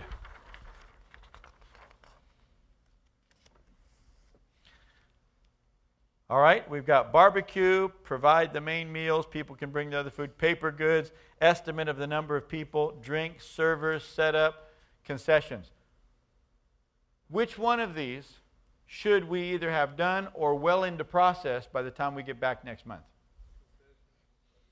Okay, so we should start working on the concessions. What else? Estimate of people. Should we start estimating that? Okay. Anything else? Servers. Okay. Start getting some people to commit to that. Okay. Was there another paper around here somewhere? Was it under here? Where'd that go? Oh, that's... Did we only do 2? Okay, we only did 2. Okay, so you're going to go through every minor piece page and put an asterisk next to the ones that you say this needs to be done. Okay, so that's our milestone meetings. Plus, we're going to determine when are the milestone meetings. Okay, so let me come back to, let's see, the desired results page. And we know that the picnic's going to be July the 14th. And so here we can just write here. Meeting number 1 is going to be May 15th. And we'll look at our calendars, of course, to find that. Meeting number 2 is going to be June the 15th. Okay? And then 3 is the actual picnic. Or maybe we can have a meeting just before the picnic, like on July 7th. Okay? So, here are the 3 milestone dates. We're going to make sure everybody's clear on those dates. Why? We're all the same teams coming back together. Okay, so what's after the milestones? What does it say? Roles. Roles. So, for the roles, I'm going to go back to this page, the major piece page, because these are the pieces we want to assign to people. We don't have enough people in the room to assign all the little minor pieces. But I intentionally, as a leader, was thinking about these major pieces. They may have changed a little bit, but that's okay. I was trying to cover all the different aspects of a picnic when I assigned this. So, let's do this. Let's stop right here, and I'm going to be in the room. Now listen, I'm the leader. This is where I've really got to be careful. Because if I just leave this open-ended and say, okay, who wants to do what?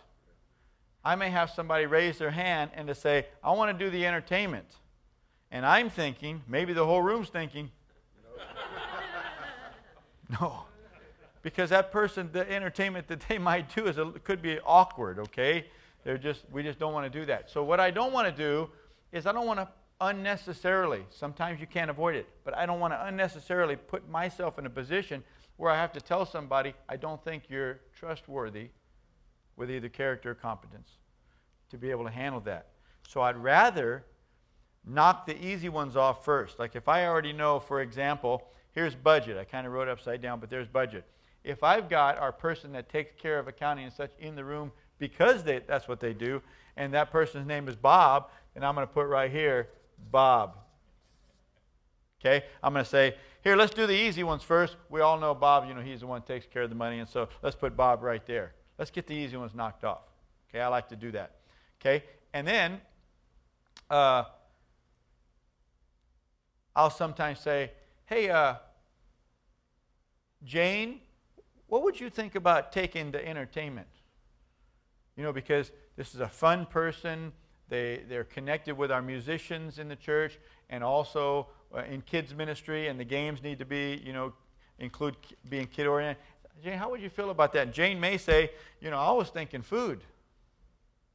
And then you're, as a leader, thinking about it, and other people may chime in, well, what about this, what about that? But if you're thinking, no, I think somebody else is going to do the food, I'd really like for you to do entertainment, you just say, you know what, you'd be great at both of those, but I think you'd be really good at entertainment. How would you feel about doing entertainment on this picnic? All right, I'll do it. Okay, so I'm going to put Jane right here. So, they're all a part of it, but you're leading. Why? Here's why. Because you want this to be successful. So your object is not to please people in the room. Your object is to hit those desired results. See what I mean? Don't give the farm away trying to make everybody happy in the room. Let's make the whole church happy rather than the people in the room happy. But the Lord will give you grace to be able to do the best of both, okay? All right, so who'd like to oversee Connection? How about Clayton, since his church is called The Connection, okay? And, I'm going to put a / Kim, because Kim actually makes the whole thing work. Okay, so who wants to oversee coordination? Who came up with that crazy name anyway? I think I did, okay. I'm not overseeing that. Who wants to do coordination? Larry. Larry, you okay with that? Yeah, I'm all right. All right. All right. Set up and clean up. Who wants to do set up and clean up? Would you do that, Paul? Okay. Everybody feel like that'd be okay? Okay. Okay, there we go. So, Paul. All right. Now, often you'll have some other people in the room that are not up there yet. And here's what I'll do. I'll say, okay, who's not up here yet? Say, okay, what do you feel that catches your attention up here? And somebody may say, that entertainment, I was going to say entertainment. And you may say, hey, how would you feel about helping Jane with entertainment? Do you feel okay about that? So let me put that down here. And so put here Igor. There you go. Okay? And here's what I always say. When I add names, sometimes I'll have 2 or 3, 4 names next to one. Here's what I'll always say. Look, we got several names on this, but the first name is the person that is responsible. The first name is the person that has the rear end that we kick if it's not done. And people will normally chuckle when I say that, but I'm just saying, and here's the reason. We want to avoid the volleyball syndrome. It's one thing I detest about church volleyball. Church volleyball. You got all these nice people out on the court, right? And the ball's coming, and here are 2 people in proximity. Either one could hit it, but neither does. And it bounces right there, and they go, "Oh, I thought you were going to. Oh, I thought you were going to get it." And I'm over here trying to hold my composure. Both of you hit the ball, right? If both of you hit it, knock each other down, but don't let it drop. Don't let it drop. Why? Competitive, right? We want to win. Okay, so what we want to avoid is the volleyball syndrome. Oh, Igor, I thought you were going. Oh, Jane, I thought you were going to say, no, Jane, you're responsible to make sure that this is happening. And Igor, you can feel free to push her, but just know we're going after her if this is not happening. Now, it's great to do this in a humorous way up front. Then to have to the next meeting get clear with them and say, hey, when they're like, oh, I didn't know you actually wanted me to do it. You'd be surprised how many people come to a meeting, put their name on it, but they don't do anything. Make a decision that will not happen in what you lead. That's going to undermine everything if we come in and we don't let our yes be yes and our no, no. Now, some people say, why do we leave the assignments, the roles, till the end? Why didn't we do that up front? Somebody said, well, I would have loved to have known I was going to be over it as we were developing all this. Well, you should have been giving your best to the development even if you weren't over it. But not only that, let me tell you why these are sequenced like they are. Because we're avoiding pitfalls. Because if we would have chosen at the beginning, who wants to oversee this, who wants to oversee this? Now let's break it down. After you break it down and everybody says, we need to do promotion like this, like that, like that, like that. And then later on you come to the next month's meeting and it's not done.